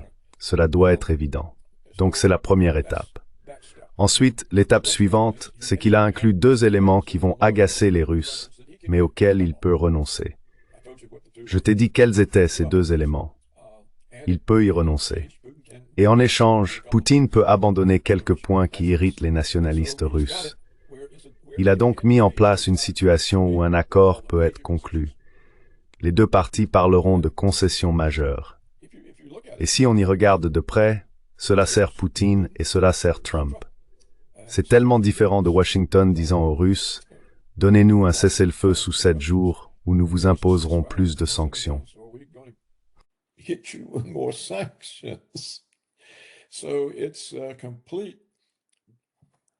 C'est donc un abandon total de toute tentative d'imposer une hégémonie à Poutine. Il faut y voir un développement considérable. Désormais, Poutine lui-même, ainsi que les Russes qui soutiennent cet accord, affirment que ses fondations ont été posées à Anchorage et qu'ils attendaient simplement que les Américains s'y mettent, ce qu'ils ont enfin fait. Les Russes ignorent donc complètement toutes les menaces proférées entre Anchorage et aujourd'hui concernant de nouvelles sanctions ou les appels à un cessez-le-feu, ou encore Trump déclarant « Je perds patience ». Tout cela est écarté. Cela ne fait même plus partie du tableau. C'est, selon Poutine, la conséquence logique d'Anchorage.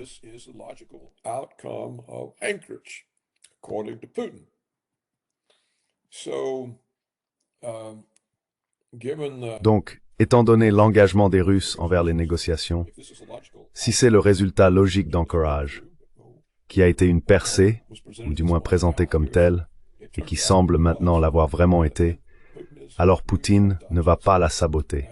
Il fera tout ce qu'il peut pour éviter qu'elle le soit. Et comme je le dis, celui qui l'a élaboré a été malin, car il y a 2 propositions de chaque côté, auxquelles ils peuvent renoncer, ce qui montre qu'il y a eu un compromis équitable. Mais bien sûr, tu sais, Nima, comme dit le vieux proverbe, il y a bien des glissements entre la coupe et les lèvres, et cela s'applique à tout type d'accord, surtout à un accord qui changerait la scène mondiale de manière aussi spectaculaire. Cela a clairement le potentiel de transformer profondément les relations internationales.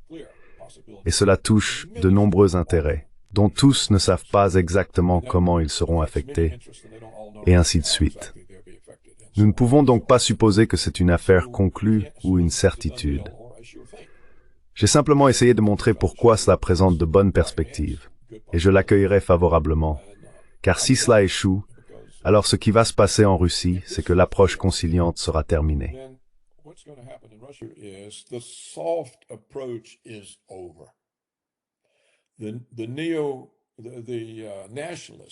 Les néo-nationalistes au sein de l'armée seront trop puissants pour tolérer que Poutine poursuive son approche conciliante, cette guerre sans fin, ces provocations qu'ils ne supporteront pas. Et Poutine ne pourra rien y faire. L'approche deviendra donc brutale. Et que se passera-t-il? L'ensemble du réseau électrique de l'Ukraine sera anéanti, non pas temporairement, mais d'une manière qui nécessitera des années pour être reconstruit. Le pays ne pourra plus fonctionner.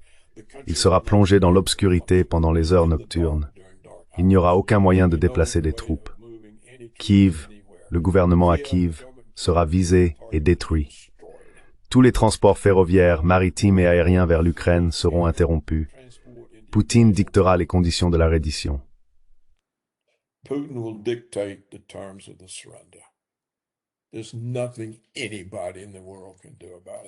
Il n'y a rien que quiconque dans le monde puisse faire à ce sujet.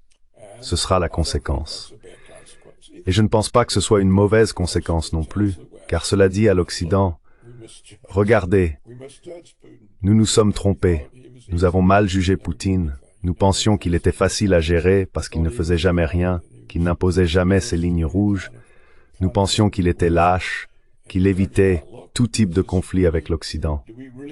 Et il s'avère, regardez, voulons-nous vraiment un ennemi comme celui-là, ou ne devrions-nous pas faire la paix? Peut-être avons-nous plus besoin de paix que lui. J'ai donc toujours pensé que l'approche dure mènerait au même résultat. Mais Poutine est une personne humaine. Il a choisi de le faire non pas en terrorisant l'Occident, mais en faisant preuve d'une bienveillance et d'une patience constante. Unceasing goodwill and patience. And I think it's paid off for him. Et je pense que cela lui a été bénéfique. Je n'ai aucune objection. Je suis content et j'espère que personne ne gâchera tout, car lorsqu'on possède des armes nucléaires et qu'un camp provoque constamment l'autre, ces armes finissent par entrer en jeu. Et si cela arrive, la vie sur Terre devient très précaire. Et pourquoi? Pourquoi? Aucun but, sinon le fait que nous n'ayons pas réussi à forcer quelqu'un à se rendre. Cela ne vaut pas la peine de risquer la vie sur Terre. Donc je pense que nous devrions tous être heureux et espérer que ça fonctionne.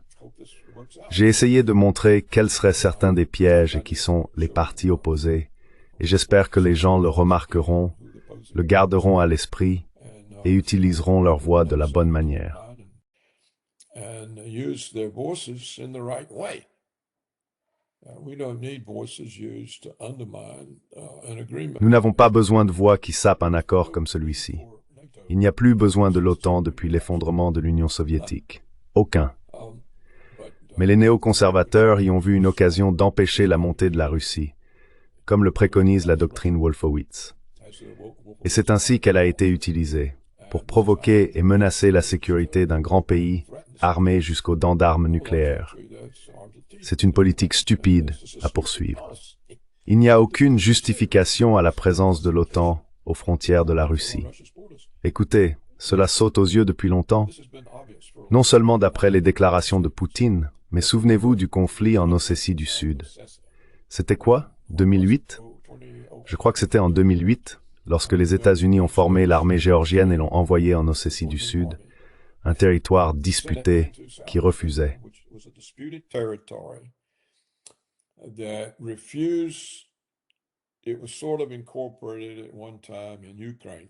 Cela faisait autrefois partie de l'Ukraine, un peu comme les républiques séparatistes, comme le Donbass.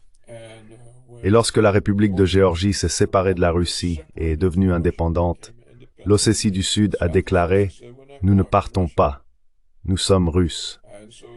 Il y avait donc des soldats de la paix russe sur place pour prévenir les conflits. Quand l'armée géorgienne a été envoyée, ces soldats de la paix russe ont été tués. Poutine se trouvait alors aux Jeux olympiques de Pékin et a dû rentrer précipitamment, mobiliser l'armée russe et intervenir. En 4 ou 5 jours, l'armée géorgienne a été anéantie et le pays entier était en ruine. Donc s'il avait voulu reconstruire l'Empire soviétique, il avait là la Géorgie à reprendre. Et la Géorgie avait fait partie de la Russie pendant des siècles. Qu'a-t-il fait? Il a rassemblé ses troupes, les a ramenées chez lui et a laissé la Géorgie indépendante.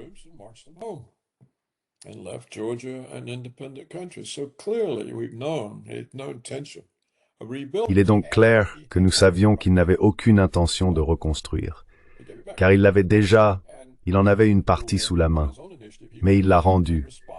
Et il n'est pas intervenu de sa propre initiative. Il est intervenu en réponse à l'invasion ukrainienne de l'Ossétie du Sud, encouragée par Washington. Il n'y a donc jamais eu de fondement à l'affirmation selon laquelle il voulait reconstruire l'Empire soviétique. Il essaye de bâtir la Russie. La Russie est un immense pays, très peu peuplé. Il n'a personne à envoyer pour occuper toute l'Europe. Ils ne veulent pas de ces problèmes. Pensez simplement à la question des nationalités en Europe. Chacun de ces pays est une tour de Babel. Qui voudrait de ces ennuis? Personne. Il n'y a rien pour la Russie en Europe. Alors regardez les Européens. Ils ne peuvent même pas défendre leurs propres femmes, et ils ne le veulent pas. Donc pour conclure, c'est une excellente occasion de sauver le monde d'un conflit nucléaire.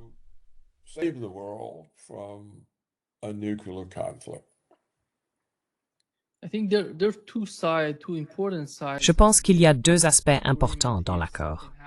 Si quelque chose se produit, si un règlement intervient entre les États-Unis et la Russie en Ukraine, l'un d'eux serait, comme vous l'avez mentionné, les détails, les points de l'accord, qui sont, à mon avis, particulièrement importants en ce qui concerne la taille de l'armée ukrainienne, car les Européens parlent d'une armée comptant environ 800 000 soldats.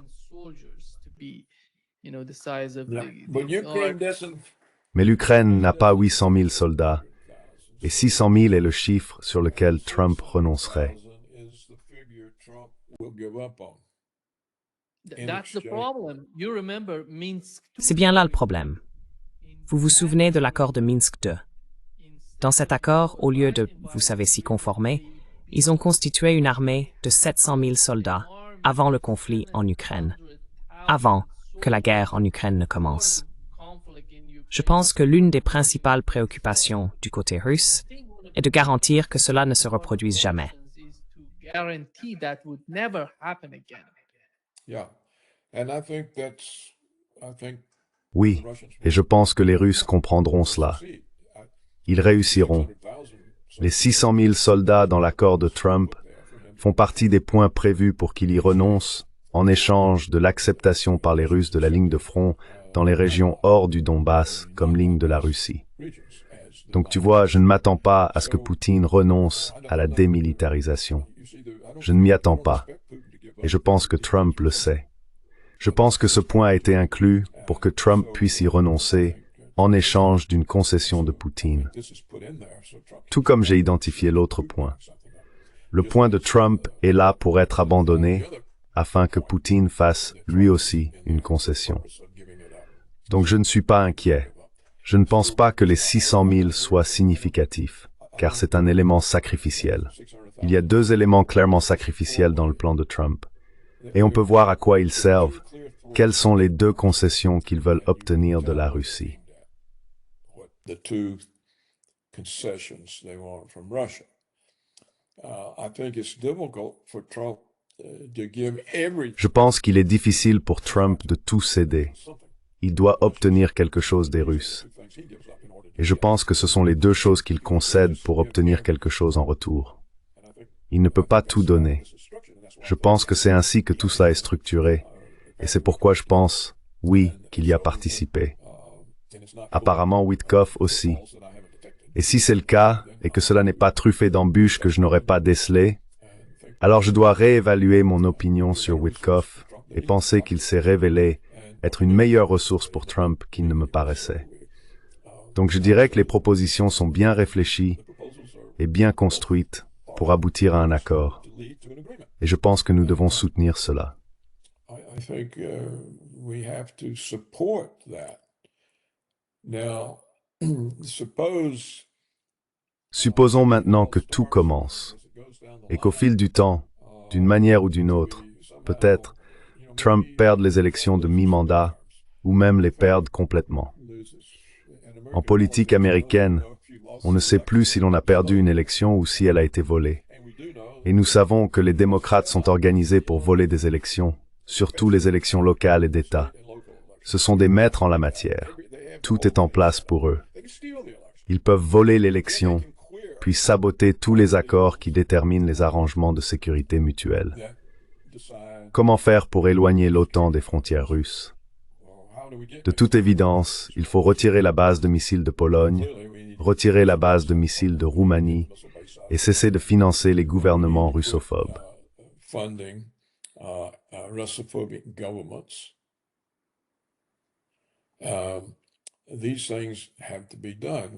Donc ces choses doivent être faites.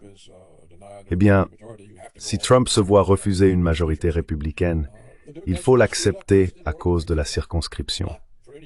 Les démocrates pourraient tout gâcher juste pour se venger de Trump, sans véritable raison. Ils pourraient même y être favorables, mais ne pas pouvoir laisser passer l'occasion de lui nuire. Donc il y a beaucoup de difficultés à réussir. Je veux dire, il peut y en avoir.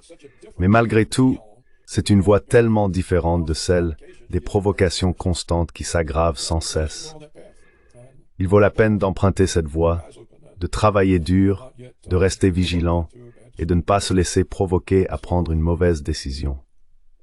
Donc je n'ai pas été très optimiste comme tu le sais, mais cet accord venant des Américains m'a rendu optimiste.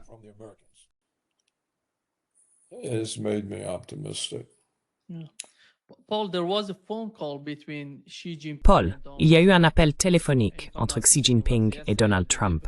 Si je ne me trompe pas, c'était hier, avant-hier ou peut-être vendredi. Au cours de cet appel, Xi Jinping a déclaré qu'il soutenait tous les efforts visant à parvenir à la paix en Ukraine. En regardant l'accord de Minsk II, nous savons que les deux garants de cet accord étaient l'Allemagne et la France. Comment voyez-vous la situation si quelque chose se produit? Supposons qu'ils parviennent à un accord en Ukraine. Pensez-vous que la Russie proposerait que les membres des BRICS, ou les principaux acteurs des BRICS, fassent partie des garants de l'accord, pour le surveiller, le vérifier? Car nous savons qu'il s'agit d'une question extrêmement sensible entre la Russie et l'Ukraine. Et peut-être que les Ukrainiens diraient « Oh, nous ne sommes pas d'accord avec cela », parce que Zelensky n'est pas le président officiel de l'Ukraine.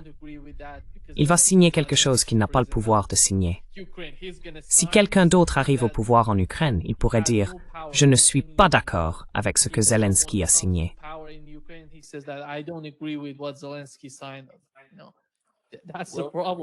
C'est bien là le problème. Je ne pense pas qu'ils aient besoin. Les garants de tout cela seront la Russie et les États-Unis. Il n'y a pas de place pour quiconque d'autre s'y insère.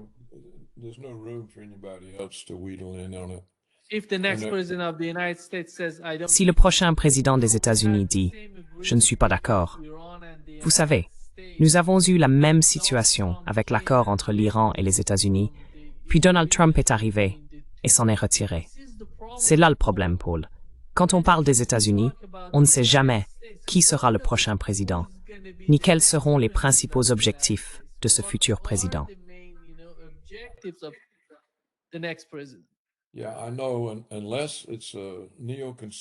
Oui, je sais.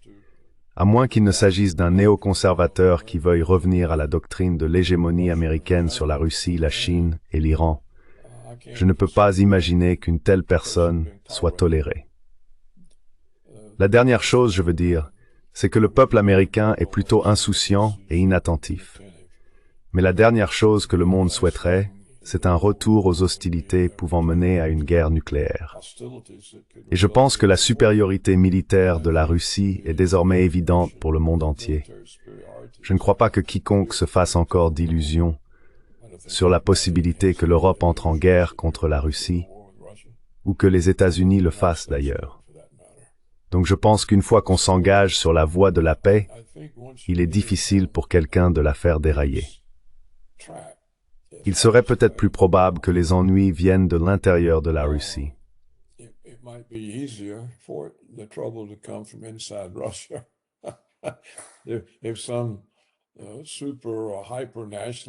Si un super ou hyper nationaliste arrivait au pouvoir et voulait recréer l'Empire soviétique, mais il ne semble pas y avoir de telles personnes.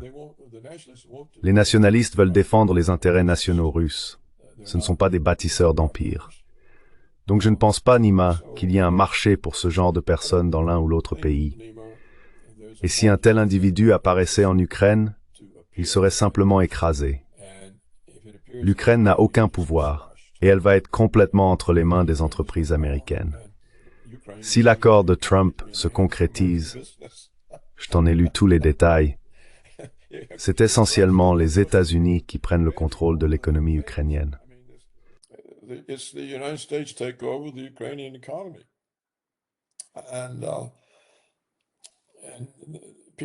Et les gens gagneront de l'argent, et ce sera un argent moins susceptible d'être volé, comme cela arrive pendant les guerres, en Afghanistan ou en Ukraine, où les scandales sont sans fin et où d'immenses sommes d'argent disparaissent tout simplement.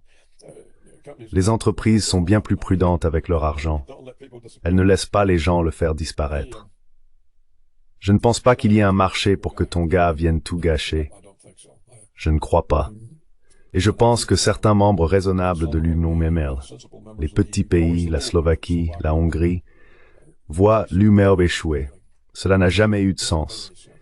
Et je pense que ce sont simplement les pressions exercées sur chaque pays européen, avec le nombre considérable de personnes inassimilables qu'ils ont laissées entrer.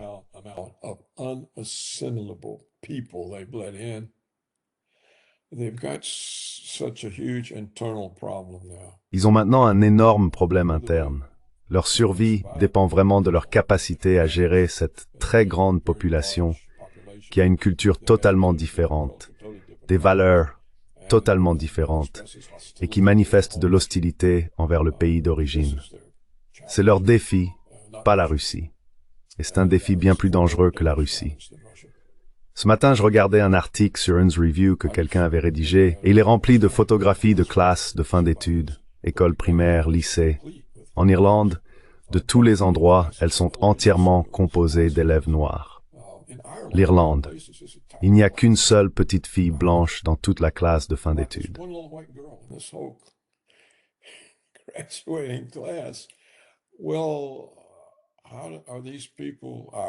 Eh bien, comment ces gens peuvent-ils être irlandais? Et puis, il y a des photos montrant des musulmans tous ensemble, exigeant que la loi de la charia soit imposée en France. Eh bien, si la France est la France, comment peut-elle avoir la charia? Elle a la loi française. Elle ne peut pas avoir les deux. Sinon, on a deux pays dans les mêmes frontières. Alors que va-t-on faire? Les diviser et couper le pays en deux. Ces choses-là sont réelles.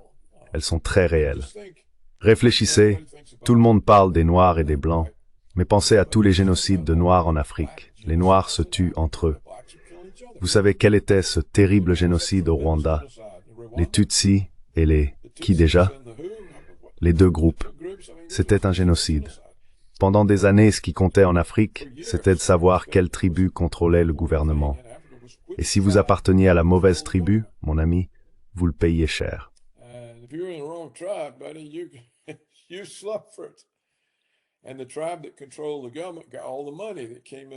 Et la tribu qui contrôlait le gouvernement recevait tout l'argent provenant de l'aide étrangère, ce qui lui donnait l'avantage. Eh bien, cela a provoqué toutes sortes de conflits. Nous avons eu des guerres civiles entre pays blancs. Les Anglais ont eu leur propre guerre civile. Nous avons eu la révolution russe, où l'aristocratie et les paysans cosaques ont été anéantis. On dit que nous avons eu une guerre civile. Ce n'est pas vrai. Nous avons eu une guerre d'invasion du Nord contre la Confédération. C'était pas une guerre civile. Mais nous avons vu des pays européens blancs, se battre entre eux. La Première Guerre mondiale, la Seconde Guerre mondiale. Cela remonte à très loin dans l'histoire.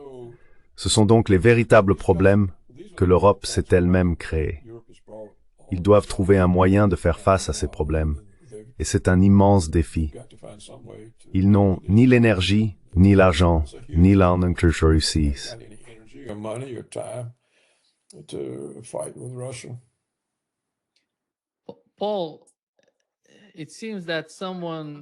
Paul, il semble que certaines personnes t'écoutent en Russie, en Iran et peut-être en Chine, car nous avons appris de l'ambassadeur iranien en Russie que la Russie a proposé un pacte de défense entre des pays partageant les mêmes idées contre l'OTAN. Les propositions en sont encore à la phase initiale de négociation, et il semble qu'ils discutent entre eux de la manière de gérer l'OTAN à long terme. Je ne sais pas si quelque chose sortira de ces négociations, mais ils avancent dans cette direction.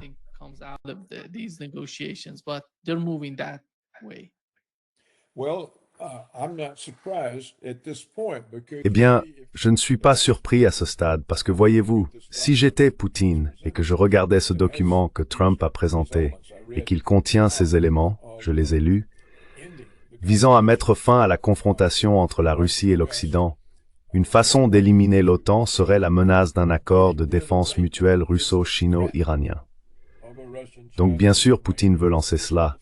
Il examine ces négociations et peut dire si l'OTAN disparaît, l'accord sino-irano-russe disparaît aussi. Si l'OTAN ne disparaît pas, nous non plus.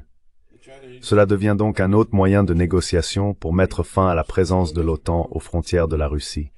Et je pense que si l'OTAN n'est pas aux frontières de la Russie, il n'y a plus d'OTAN contre laquelle la Chine, la Russie et l'Iran puissent s'unir.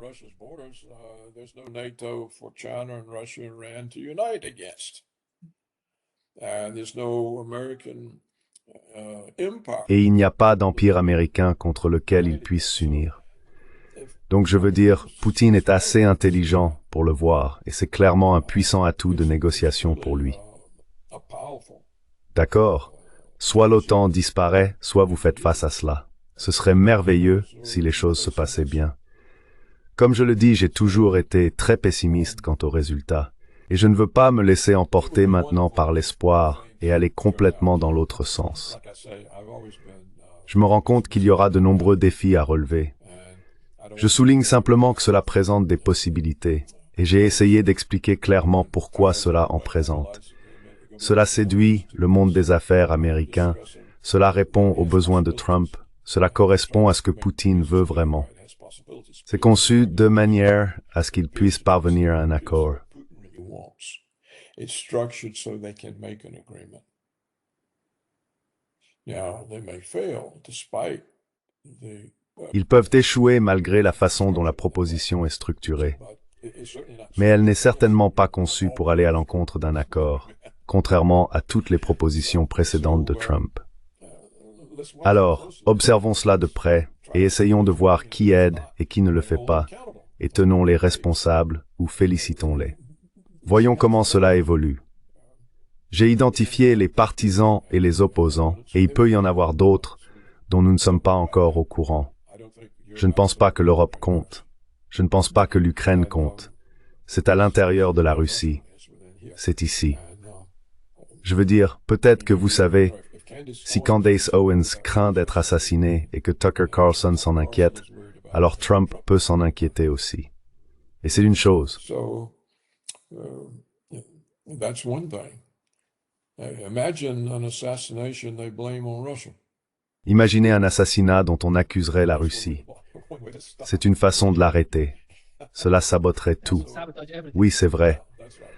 Les gens, nous devons garder les yeux ouverts et l'esprit clair et essayer de faire passer le message, que ce soit pour savoir si cela est correctement soutenu ou injustement entravé. Je ne sais pas. Je ne sais pas quoi dire d'autre. Il y a bien d'autres choses dont nous pouvons nous inquiéter. Nous sommes peut-être ici, aux États-Unis, assis sur une bulle de l'IA qui va exploser. Nous ne savons pas quelles en seraient les conséquences. Nous avons des démocrates qui sont essentiellement aliénés des États-Unis, et pourtant ils obtiennent encore presque la moitié des voix. Qu'est-ce que ça vous dit sur la population?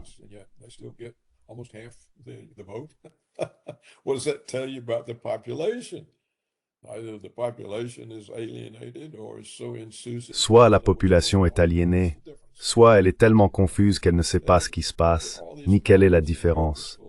Il y a tous ces problèmes. L'Europe est pleine de problèmes. Peut-être qu'ils vont enfin attirer un peu d'attention.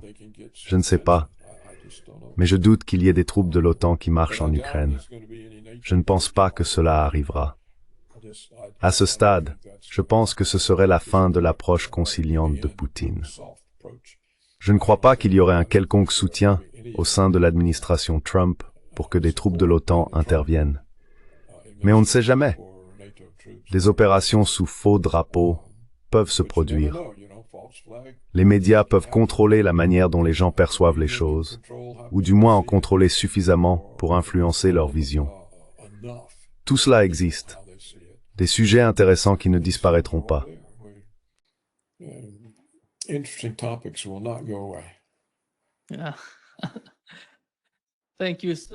Merci beaucoup, Paul, d'être avec nous aujourd'hui. Un grand plaisir, comme toujours. Merci, Nima. Merci beaucoup. Ravi de t'avoir parmi nous, Paul. À bientôt.